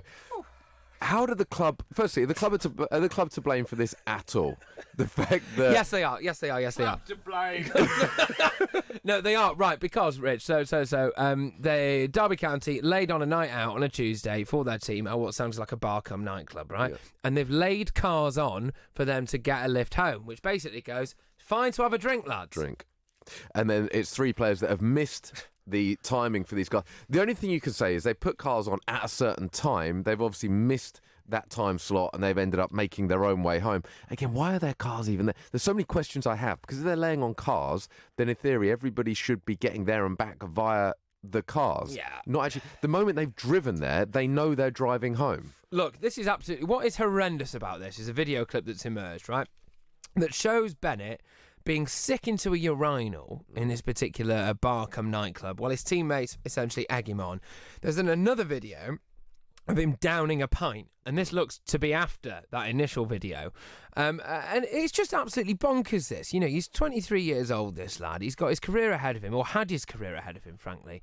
And the idea that you would... But is this symptomatic of footballers, Rich, where they think they're above the law? Because you've got people chanting your name week in, week out, at least twice a week. You're on silly money, and then you end up basically just, you know, thinking that, frankly, no rules apply to you. It could be a little bit of that. I'll tell you what I'll find interesting is how Derby deal with this, because actually the players in question have a certain valuation to them. You know, you could argue that Richard Keogh, given his age, might be the only one who doesn't necessarily have a valuation to him, but the other players involved, Tom Lawrence in particular, there is a huge valuation there. So that is a big part of this situation. You know, we're going to talk about Wally Downs shortly as well, about the fact that he's been suspended by Wimbledon and what's going to happen there. Well, look, it's a different situation. Wally Downs, do they keep him or not? Well, they're pretty much bottom of the league, effectively. Take Bolton and Bury out of the equation. They're bottom of the league. So will that affect their decision as to whether they sack him or not? Tom Lawrence is worth a lot of money. Will that affect their decision as to how they discipline him? I think the one thing we can all agree is it's a fantastic thing that Wayne Rooney's about to walk into that dressing room, isn't it? There we go. Here's a man for a drink-related crisis. He knows a lawyer. No, so we do actually have some... Well, this was a video that is free to view, for your pleasure, on Twitter. We're going to play this video now, obviously the audio from it, and I'll just kind of talk you through what's happening as we play it. So let's take it away, Kieran. So you're in a toilet in a nightclub. You can hear the music there. And that is Mason Bennett being sick. Right for it. There it is. Oh. Yeah, we've all been there. So that's one of his teammates saying that he's had 3 pints of Peroni.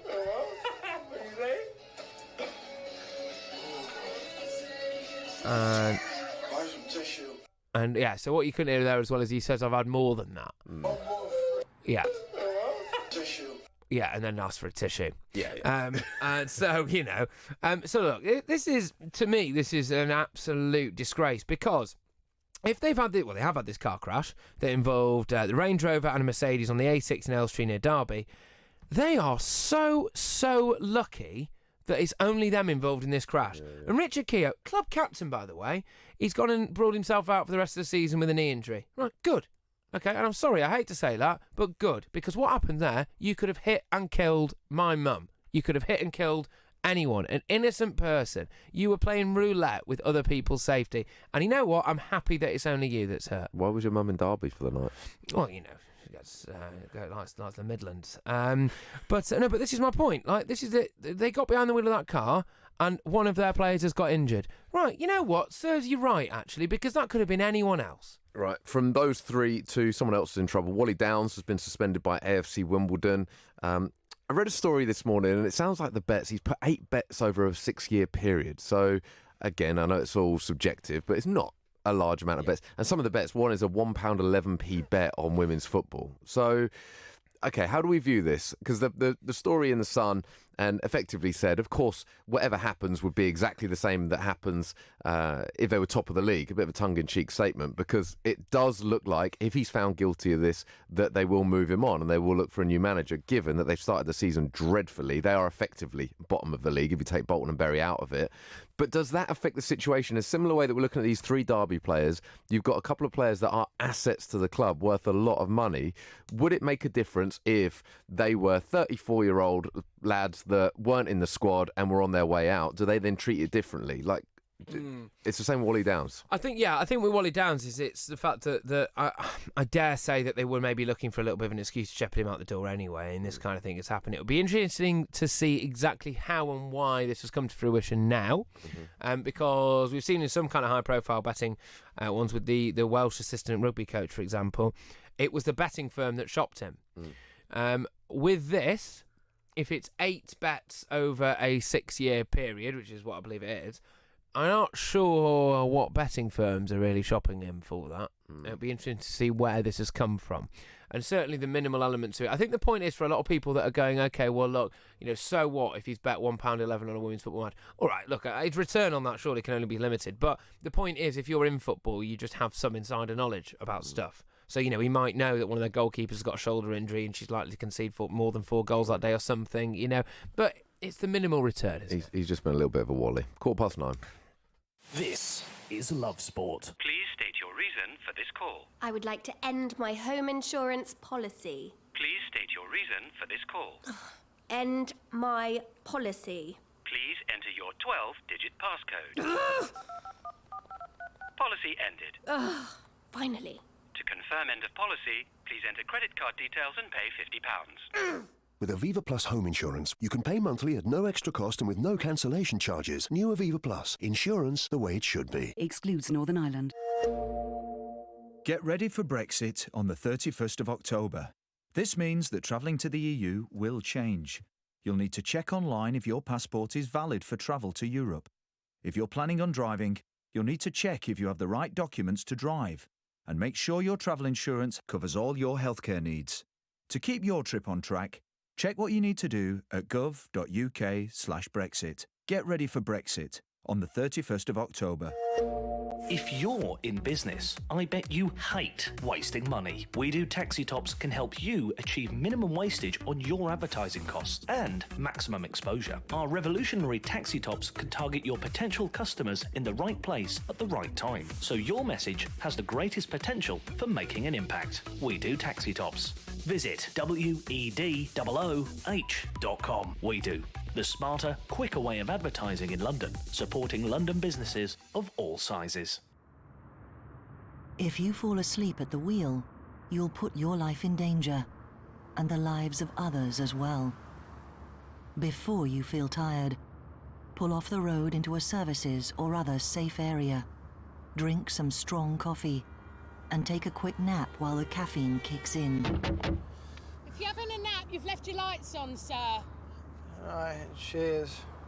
Think. Don't drive tired. I believe in traditional marriage. I've had 3 of them. Love Sport. Love Sport Breakfast. Me, Richard Lee, Patrick Christys here with you until 10 a.m. We're going to be talking a little bit of cricket shortly because, of course, a big day for Essex yesterday. We're going to be speaking to Jason Kerr, Somerset head coach, very, very shortly. In fact, I believe he is on the line now. Morning, Jason. Morning, how are you? Yeah, very, very well. First and foremost, got to talk about, the rain. Obviously ruined the prospect of a first title. Yeah, it's, very unfortunate. The one week where we didn't want any burst weather, unfortunately, we got it. So we really not, I didn't get as much cricket as we'd have liked, obviously. And it certainly had an impact in this fixture. Yeah, so obviously Somerset, you guys need to take 20 Essex wickets on the final day to clinch championship title. All pretty much an impossibility, that isn't it, really? Jack Leach helped out, 5 for 32. Look, what was the mood like around the Somerset dressing room afterwards? Well, we always felt we had a chance. We've prided ourselves on our character, how we've operated a side.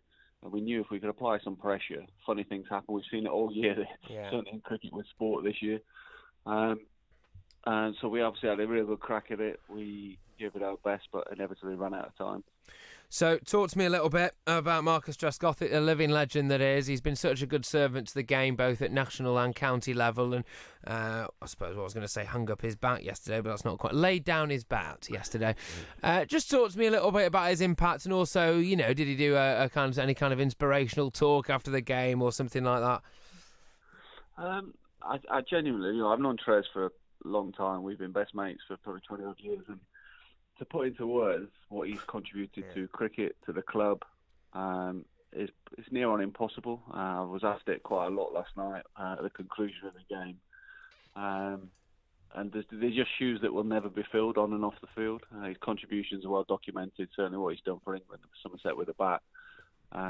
But who he is as a person, I think, is the biggest compliment that I can pay him, is that every person in the dressing room, every supporter, everyone that's come across him from the gate men to everyone that works in the office will miss him and have got relationships with him.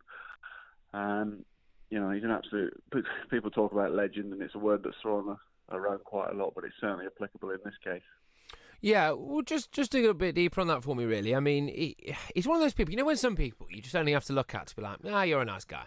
He just seems like one of those. He just seems like one of those guys, and I think that's fantastic. But I know he's had his struggles in terms of which he's been very open about. To be fair on him, about the mental side of things. So, just talk to me a little bit about that, because he is, I think, a shining light for a lot of people, an inspiration for a lot of people who maybe are going through similar things, isn't he?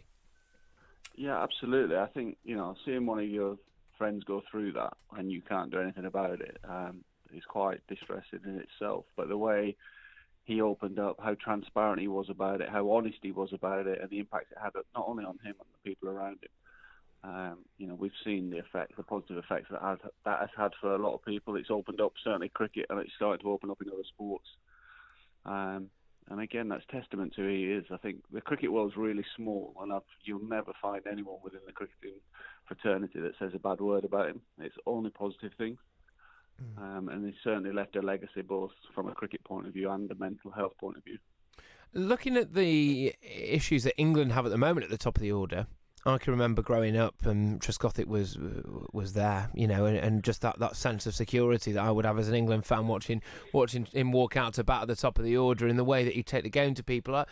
What would you say that his maybe approach to batting at the top of the order, what could potentially other people learn from that, really? Well, I think it's the simplicity of it. We had to sit and listen to him in the dressing room. There's a documentary while the rain fell yesterday on Sky. For about the 300th time. But the simplicity of what he does and his love for batting, his work ethic, so many things that go on behind the scene. But if you watched him in the game, he was very efficient with his foot movement, transferred weight back into the ball, kept the blade as straight for as long as possible, and managed to do that against some of the best bowlers in the world. So he, at his pomp, would have had 3 or 4 shots that he played repeatedly and could score off a bowler's best ball. And when you've got the ability to do that, it makes it very difficult for anybody to bowl that in. Out of interest, what will you take from this season? Obviously, One Day Cup title, missed out on that historic county championship win. I think the biggest takeaway for me is how we've grown as a side. It's one of those things it's very hard. It's not particularly tangible, but character-wise, we've shown that actually when we've been up against it, when adversity has been there for us to actually run through it, we've done that. We've come back in a lot of games where previously I'd have seen a Somerset side of old probably fold, and we've managed to wrestle momentum back and then often take the initiative and go on to win the games. We've managed to get over the line and win our first trophy for 14 years after being runners-up in a lot of competitions. So we're moving forward. It hurts again to finish second, definitely. But I think this year, more so than any, we actually were in a position where we could have won the title. I think if the weather was different, you'll never know. But it could have been a different story. So there are some huge positives. They're hard to see right now because obviously it's quite emotional. But when I've had a little bit of time to reflect, and I'm sure when the guys have had a little bit of time to reflect as well, there are some huge learnings that we can take forward and help us grow and get better. How's Jack Leach been since his England success? Because you get the impression that he's just quite a normal chap. But I'm just wondering, is he the type of person where it's gone to his head a bit? I was looking at him thinking, you can imagine him with a big fur jacket on, just strutting back in after the England success, going, look at me, lads, you know what I mean? Maybe a new set of bifocals. Like, what's what's he been like since coming back from England, GT? I'd actually love to see that. Yeah, same. Absolutely. Cigar dripping in gold. Yeah, just a woman on each arm, just, you know what I mean? He's so down to earth, he's so grounded. His work ethic since he's been back has been phenomenal. People won't see that, but he's worked incredibly hard coming into this game. He certainly loves playing for Somerset, so he's a brilliant example. So unfortunately, it hasn't gone to his head. It hasn't changed. He was ultimately the same old professional Jack Leach. We saw yesterday how well he can perform with the ball. So yeah, he's, if anything, he's been an inspiration and helped drive us forward. Yeah, you mentioned the weather. I mean, is there any regrets from the last few weeks? No, again, a question a lot of people asked me yesterday, did the Hampshire game where we lost cost us the championship? And then there's lots of little fine margins through a season you can look back on and talk about the what-ifs. Ultimately, Hampshire played much better than us last week. And it was really important for me, part of my philosophy is to have no regrets. So we've prepared, we've done everything we can, making sure that actually those small margins we look back on is actually the things that we can't control. And as I say, sometimes the opposition played better than us. And Essex beat us at their place by playing better cricket than us over the 3 days. And Hampshire did the same last week. So there's certainly no regrets from my side. But there will be some learnings for sure. Definitely. A quick word on Jack Leach again. Is he disappointed to miss out on a central contract with England after his summer? No, I don't think he is actually. From my conversation with him, he's delighted to be in the position he's in. So he's certainly not shown any signs my end. He's incredibly appreciative of the position that he's in. And again, it's up to him to arguably earn a central contract. I think he's made some great strides. I think if he has a positive winter, it won't be long before he's in that position. Yeah, and obviously we're dealing with the longer form of the county cricket game in the game that's just happened now. But when you look at what some issues that the England side have had, specifically really at the top of the order, for example, with batsmen batting time and being patient, do you lament a little bit the way that the focus on cricket now seems to be on the kind of crash bang wallop element of the 100 and the 2020 element of it? And do you think that is having an impact now at our test performances? I think it's a byproduct of it, yeah. I think inevitably the game has evolved massively, and I think that's incredibly exciting. So some of the cricket that we've seen, certainly even in Test cricket this summer, has been incredibly explosive, exciting, and ultimately it's a brand people want to watch. And we want people to come and watch. But I think there is a balance. As a coaching staff, we talk about this a lot, is that the fundamentals of the game are needed. If you look at Dom Sibley, I think that's a great selection. He's batted, I think someone's quoted 1,000 balls more than anyone else this summer. So there's definitely a place for that. And it's about being adaptable. I think the modern cricketer, if you look at Kohli, the top 3 players in the world in Williamson, they can play 3 formats, but they've got the adaptability to bat time or to score at 140. And I think that's the way, if you want to be a superstar, that's the way to build your game in the future, if you like. Quick word on the 100. Get your thoughts on the 100. With Somerset's nearest franchise being in Wales, it can't be great for the Somerset fans. Yeah, I think it's an interesting. I mean, yesterday I saw first time a little insight into what the Somerset supporters feel in the fact that Tom Harrison, Chief Executive of the ECB, was presenting the trophy and he got booed. Right. So certainly that's the feeling locally. But I think it could be really exciting for the game. Obviously, right now there's a few arguably teething problems. There's a little bit of uncertainty. For me, I guess reserving judgment. I need to see it unfold, see what it looks like through the year. But hopefully, it's not to the detriment of domestic cricket. We've seen this year the 3 competitions have been incredibly exciting. Crowds are up. We're fortunate. T20 cricket here sells out every game. So I think it's a little bit, let's wait and see. If it can help the game grow, help players evolve and become better players, then it's going to be good for the game. Good stuff. Last couple. Who should England fans be looking at in the Somerset side? Obviously, a T20 call-up for Tom Banton for the tour to New Zealand. Well, that's testament to your one-day form. Yeah, I think if Tom can keep his feet on the ground, keep his work ethic where he is right now, he's going to be a superstar, certainly to start with in the short forms of the game. So if he demonstrates anything that he did for Somerset this winter in New Zealand, he'll very quickly become a household name. Lewis Gregory again, a great opportunity for him. And I think hopefully, we've got an inspirational captain here in Tom Abel. And I'm hoping that he gets a nod within the Lions system this winter. He may do, he may not. But he's someone I think in the next year or two could have a real impact in the international game. So there's a lot of talent here. It's exciting. And hopefully we can keep the Newcastle that side together for next year. And last but not least, and arguably most importantly, end of the season, does that mean a good night out? Yeah, well, we've got our awards dinner tonight, so that's something to look forward to. Again, it's close. The emotion's quite raw right now, but we'll be celebrating, obviously, the 50 over success. We'll be celebrating some brilliant individuals that have had good seasons here as well. So once the alcohol starts to flow, I'm sure we'll have a great evening. Great stuff. Appreciate that. Jason, thanks for coming on. Absolute pleasure. Thank you. Great stuff. Jason Kerr, the Somerset head coach. Fantastic. Yeah, exactly. And I just think as well, let's just focus on Trescothick quickly, because the guy is a man-mountain of an individual. A physical presence on the pitch, but also off it, and somebody who has been very, very open and honest about the mental struggles that he's had with depression and anxiety, and he's on regular daily medication, in fact, for that. Again, is something he's been open about, and I think he's an inspiration in more ways than one.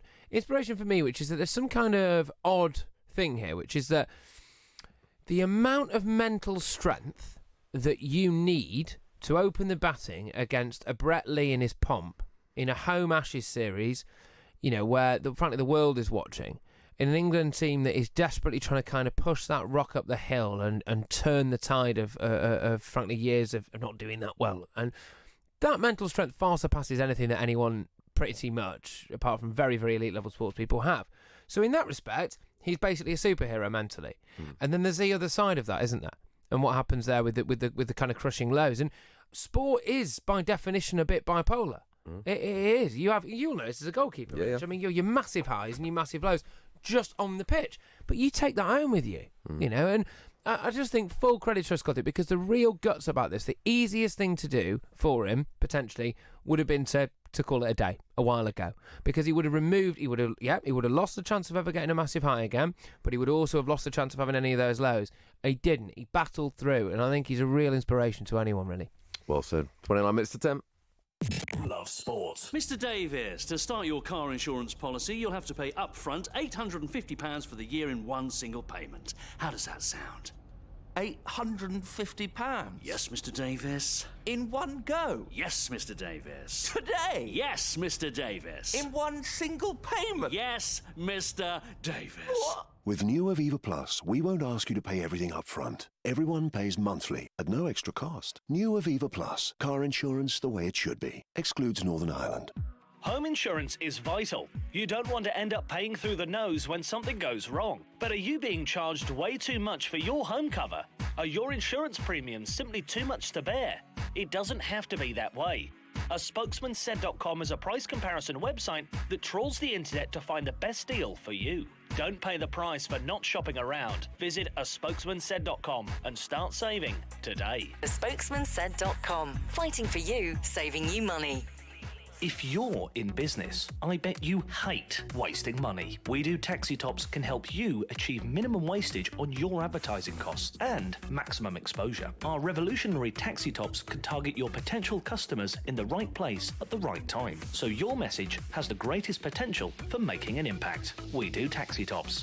Visit wedooh.com. We Do. The smarter, quicker way of advertising in London, supporting London businesses of all sizes. Exercise. It doesn't have to mean Lycra or a fancy gym membership. All you need is 10 minutes and you. Because a regular 10-minute brisk walk is a great way to get more active. Whether that's walking to the shops or getting off the bus to stop early. Picking up the pace and getting your heart pumping can make a real difference to your health. So, to see how much brisk walking you're doing and how you can fit more into your day, download the free Active 10 app, because there's only one you. This is Love Sport. Love Sport Breakfast. Me, Richard Lee, Patrick Christys here with you until 10 a.m.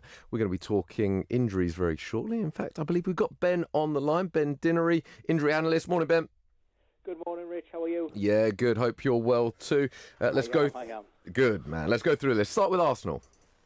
Yeah. So Arsenal, we obviously seen the return of Kieran Tierney midweek and Hector Bellerin. So that was great news for Arsenal supporters. Obviously, that's been a long time coming.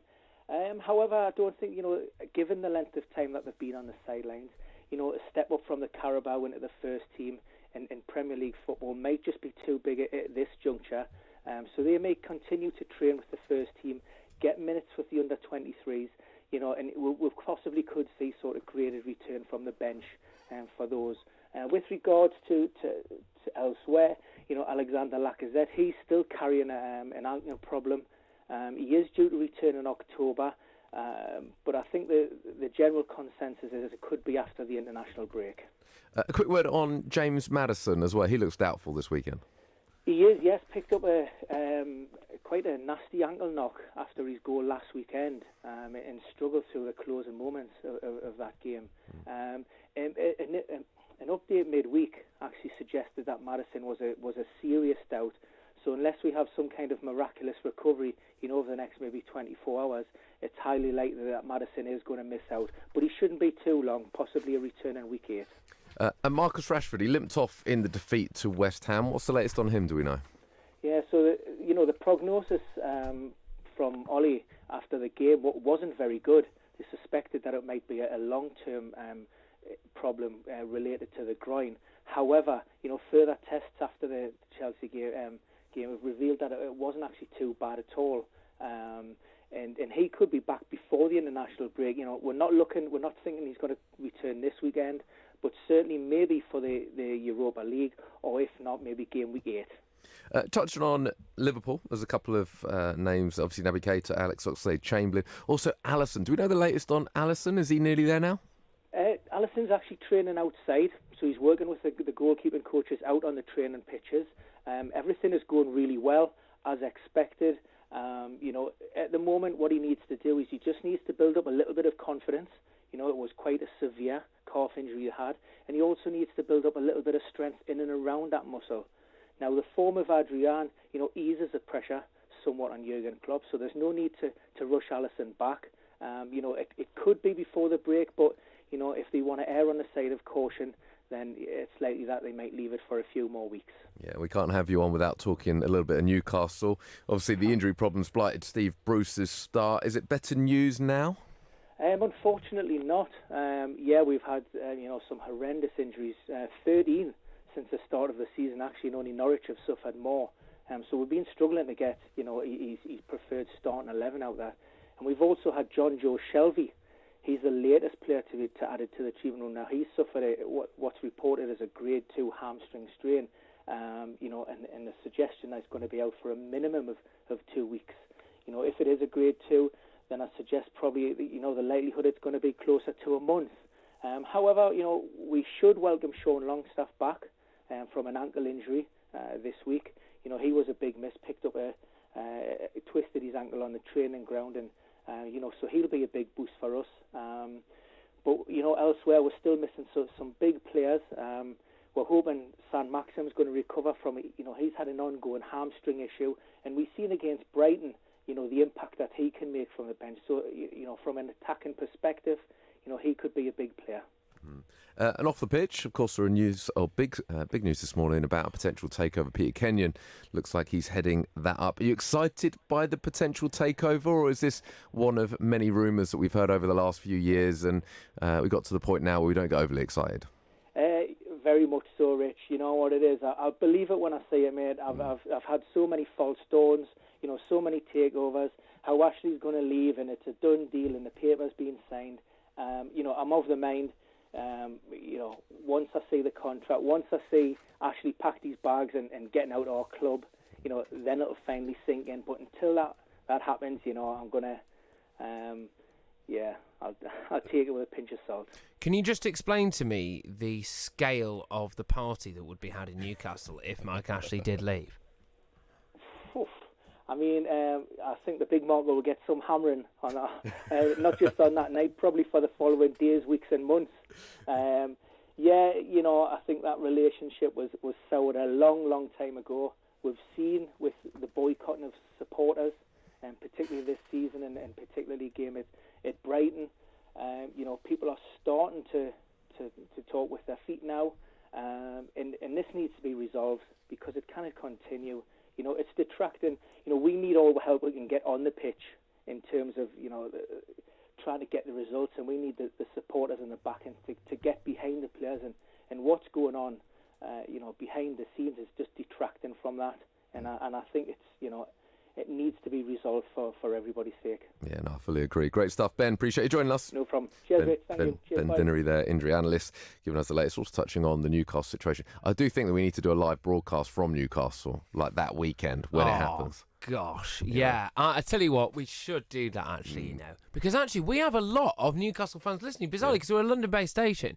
But one of the best shows that we've ever done has been like a Newcastle fan show. We've had, and they're always really active, and it just shows how passionate they are about the club and about their area as well. And I'll tell you what, I think in honour of them, we should go and do a 2-day-long live broadcast from a Trebles bar in Newcastle. We'll do that. That's the thing. We're willing to give back. I would do that for them. Yeah, it's a big gesture. We end up, I mean, that's not actually.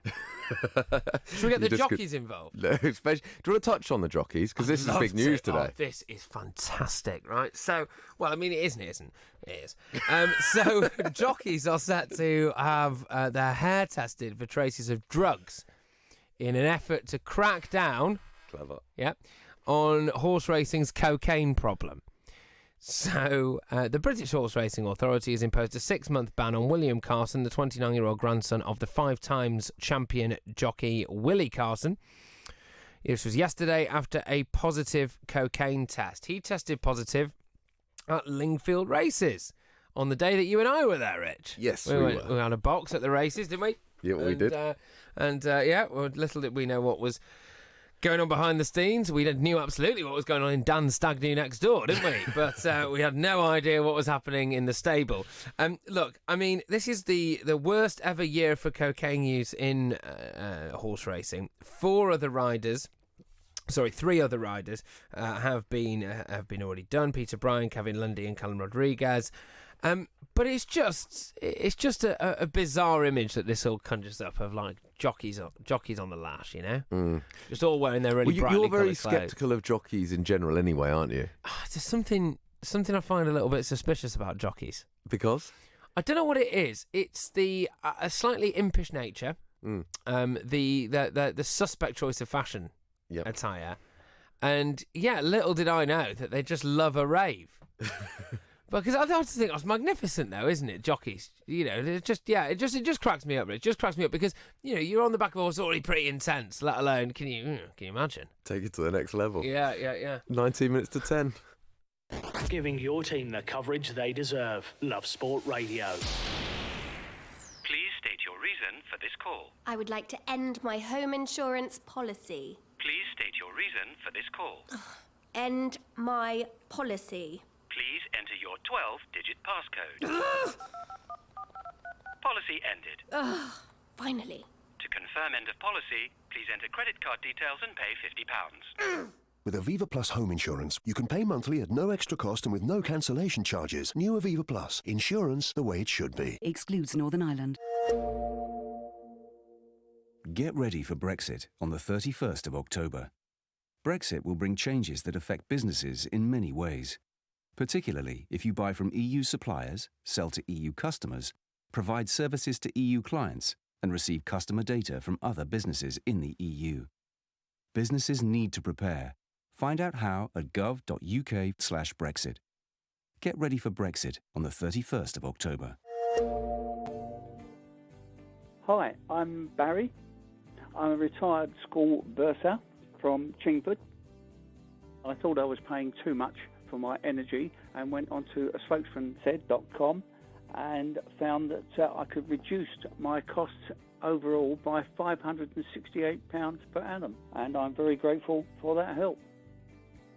With a spokesmansaid.com. Fighting for you, saving you money. If you're in business, I bet you hate wasting money. We Do Taxi Tops can help you achieve minimum wastage on your advertising costs and maximum exposure. Our revolutionary taxi tops can target your potential customers in the right place at the right time, so your message has the greatest potential for making an impact. We Do Taxi Tops. Visit WEDOOH.com. We Do. The smarter, quicker way of advertising in London, supporting London businesses of all sizes. I told Melania that she draws her eyebrows on far too high. She looked so surprised. This is Love Sport. Lost for Breakfast, me, Richard Lee, Patrick Christys, last 15 minutes or so of our show. Then there's the brilliant Martin Bell, who is coming up after us, and of course Johnny Sperling. So do stay tuned for that fantastic show coming up. We're going to do our speedy predictions, if that's okay with you, Patrick. Okay. Wait, hang on a second. Were they going to be just normal pace predictions, but then we had a jockey in the interval, didn't we? And now they're going to be really speedy predictions. Really quick. Just so quick. Try and get on his level, okay? Wow. So I'm going to say the teams without any thought. You need to give me a result. Not a problem, mate. Absolutely. Sheffield United, Liverpool. Liverpool 4-0. Liverpool 3-1. Aston Villa, Burnley. Villa 2-1. 1-1. AFC Bournemouth, West Ham. West Ham 3-1. Ooh. Okay, I'm going to go 2-1 Bournemouth. Chelsea, Brighton. Chelsea 3-1. I'm going to go 1-1. Really? Okay, yeah, cool. Crystal Palace, Norwich. Oh, gosh, Clash of the Titans. Palace, no, 1-0. I am going to go Palace 1-0. Yeah. Tottenham, Southampton. Spurs 1-0. Spurs 3-0. Wolves, Watford. Wolves 2-1. I'm going to go 1-1. And Everton, Man City. City 5-0. Wow, I'm going to say City 4-0, which is worrying. Anyway, speedy predictions. Done. You got an interesting... Bosh. There you go, done. Go. You can back us. We're very, very accurate. There's an interesting story, the Qatar World Cup. Yes, so we all know that the World Cup is going to be held in Qatar, which, I mean, hey, why not? All the reasons. Anyway, England supporters are going to be treated to, get this, cut price beer if Gareth Southgate's side qualify for the 2022 World Cup. So the World Cup organising committee are lobbying hotels and restaurants in Doha to slash prices during the tournament, which will be interesting in Qatar because the only slashing that normally goes on is when they behead people. So, there's that. The average price of a pint in Doha is 10 quid. Yeah. The average glass of wine is £20. You're not allowed to drink in public and can be lashed 500 times if you are. You're also not allowed to be openly homosexual and can be sentenced to death. You're also not really allowed to be a woman. They don't like that over there. It's also very hot, and any kind of protest whatsoever or anything that's deemed to be a protest, i.e. maybe you just being yourself, could result in a lengthy prison sentence followed by the inevitable torture. Look, great part of the world, obviously. Lovely to have an international tournament there, welcoming people from different ends of society. Normally, don't you, at a World Cup, it's all about inclusivity and it's all about love, and we love each other, and this is fantastic. The only issue with Qatar is, of course, it is illegal to be gay. Women are treated like third-class citizens. You're not allowed to drink anywhere, really. It is quite pricey, and it's hot. It's hot as hell, which is actually ironic, because some would say it is hell. There you go. Well said. Let's touch on a few of the headlines this morning, shall we? So if you are just joining us, and you might just be joining us, Patrick. Welcome. Welcome. No, if you are just joining, touch on a few of the headlines. I want to talk a little bit more about this Derby story. Of course, the three players involved in a more serious note, of course. 3 players involved in a crash, alleged drink driving. Richard Keogh out for the season. Derby, who haven't had a brilliant start to the season, this is the last thing they need. Exactly. So the Derby players went on a Tuesday night team bonding session at a bar cum nightclub, and what happened was the club laid on cars for them to be driven back. Most players left at 8 p.m, but some didn't. And video footage emerged of Mason Bennett being sick into a urinal in this toilet while his teammates giggled and laughed. And by the way, and this video was shot by Tom Huddleston, which even that I find a bit strange. Like, he's obviously put it out on Snapchat, and it's fine. Now, I know with a lot of these, not that I know a great deal about social media, but you can almost do it as a private setting, so it's only going to go to your friends, which I'm guessing it would have been something like that, because that's not the kind of thing you'd want to put out. He's done nobody any favours there. No, if I was Mason Bennett, I would be very, very angry with myself, clearly. This is a guy who's 23 years old and was then, by the way, it's worth pointing out, once they had finished drinking themselves silly, decided to drive home and had a massive car crash. Range Rover involved, Mercedes involved, and that is why Richard Keogh ended up with this season-ending injury. They were very lucky not to kill anyone else, by the way, or hurt anyone else. And anyway, but yeah, so he put the video on Snapchat. Now, if I was Mason Bennett, I would be angry at myself, but I'm pretty angry with Huddleston. Like, he's thrown him under the bus there. Well, this is it, because again, there are certain things we can't say about this story at the moment because, for obvious reasons. However, obviously, people will piece together what has happened. You know, when you see then the footage followed up by the pictures that we're seeing of the crash, it's a bad crash. I mean, he says in the video, they're going, "Oh, it's 3 pints of Peroni are strong these days," and he goes, "I've had more than 3." And then the video shows him downing a full pint as well in another video that's come. You know, it's shocking. Derby are obviously pretty angry about the whole thing. But then arguably a Derby blameless. The fact that they've put this on, they've put cars on, which effectively is saying to the players, we expect you to go and drink. The whole team bonding thing, I think, is essential. Man United had a team bonding session as well this week, and of course, much less made of that. The big thing made of that was the fact that certain key players were missing. The likes of Harry Maguire, Paul Pogba in particular have been pointed out. So the whole team bonding thing is fine, but I just think that there has to be an element of thought too. So if a club are putting it on, why would you do it on a Tuesday night when you've got a Saturday game? Yeah, I find it a bit bizarre, really. That's the whole thing, and this is what happens, isn't it? You know, when you decide to do something like this, it's no shock to me that you know, it just seems like footballers are embroiled in some kind of drink driving scandal, left, right, and centre. But again, said it before, I'll say it again, Rich. I think, you know, look, it's just the saving grace in all of this is that in January, Wayne Rooney's going to be at the pub with them. And he'll be able to make sure that they're sensible. I mean, he might even drive them home. Yes. Which would, you could avoid so many issues. Yeah. As he's found out before, hasn't he? Indeed. One of the other big stories today, of course, is Newcastle, the fact that a takeover may be on the cards. Interesting, though, talking to Ben Dinnery there, of course, our injury analyst, but also a big Newcastle fan. Newcastle fans don't believe this, really. No. At all. What I wanted to say this is, look, obviously I used to work in actual newspapers, and there's a sense of this story for me, which is that in the past, when some things have come out, so there was a Saudi-led takeover that never happened. That to me looked to have been put out by Mike Ashley. This to me looks to have been put out by Peter Kenyon. Now, Peter Kenyon is a former chief exec at United and at Chelsea, of course, and he's working with an American firm, GACP Sports, for a £300 million takeover of Newcastle. Now, they released a statement, and this is why I think this has just been put out now by Peter Kenyon. In that statement, Rich, it said some strange things, didn't it?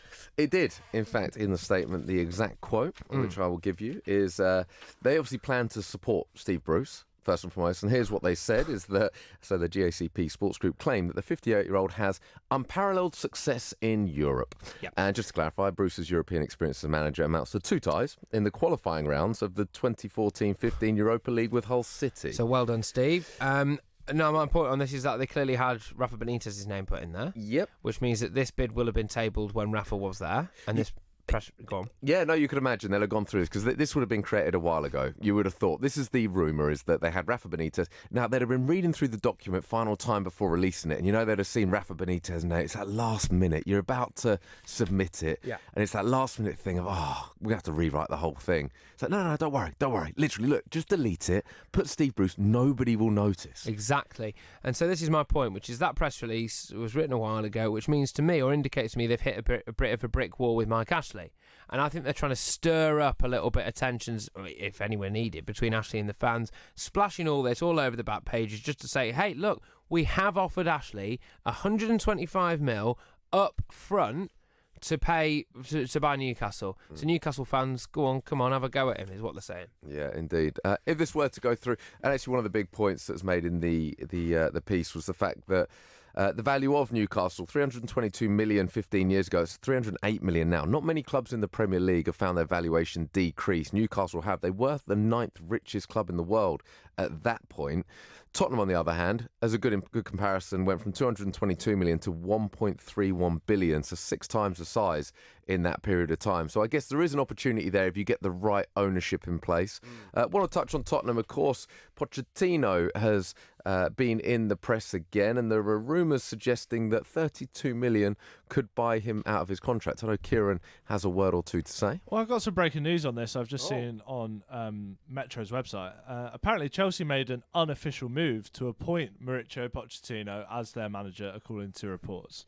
So before they went in for Frank Lampard, Pochettino was on Chelsea's radar, and they kind of said, Poch, do you fancy Stamford Bridge? You know, we can pay what you want. But instead went for Lampard. Obviously, Poch used to signing no players. with Spurs as they did last season.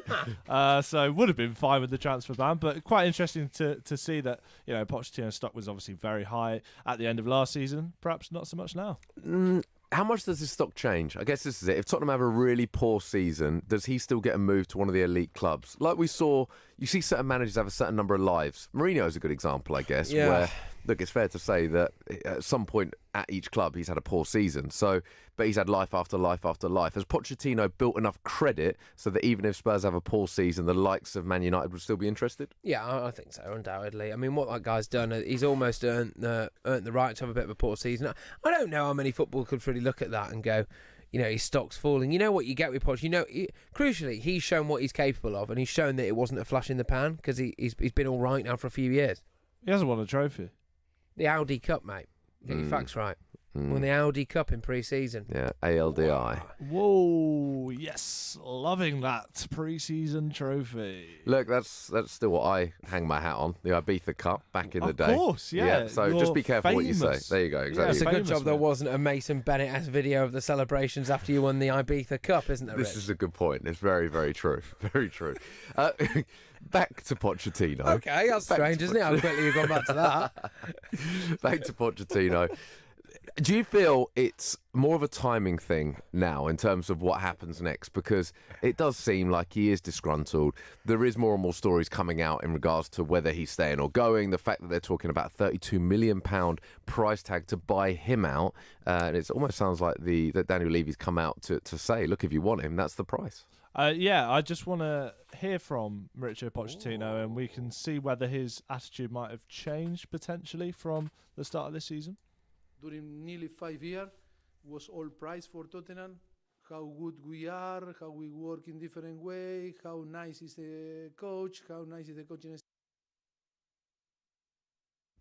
Oh, that was Pochettino there. What's your thoughts on that, Kieran? Yeah, well, that's the joys of live radio, isn't it? Stuff goes wrong.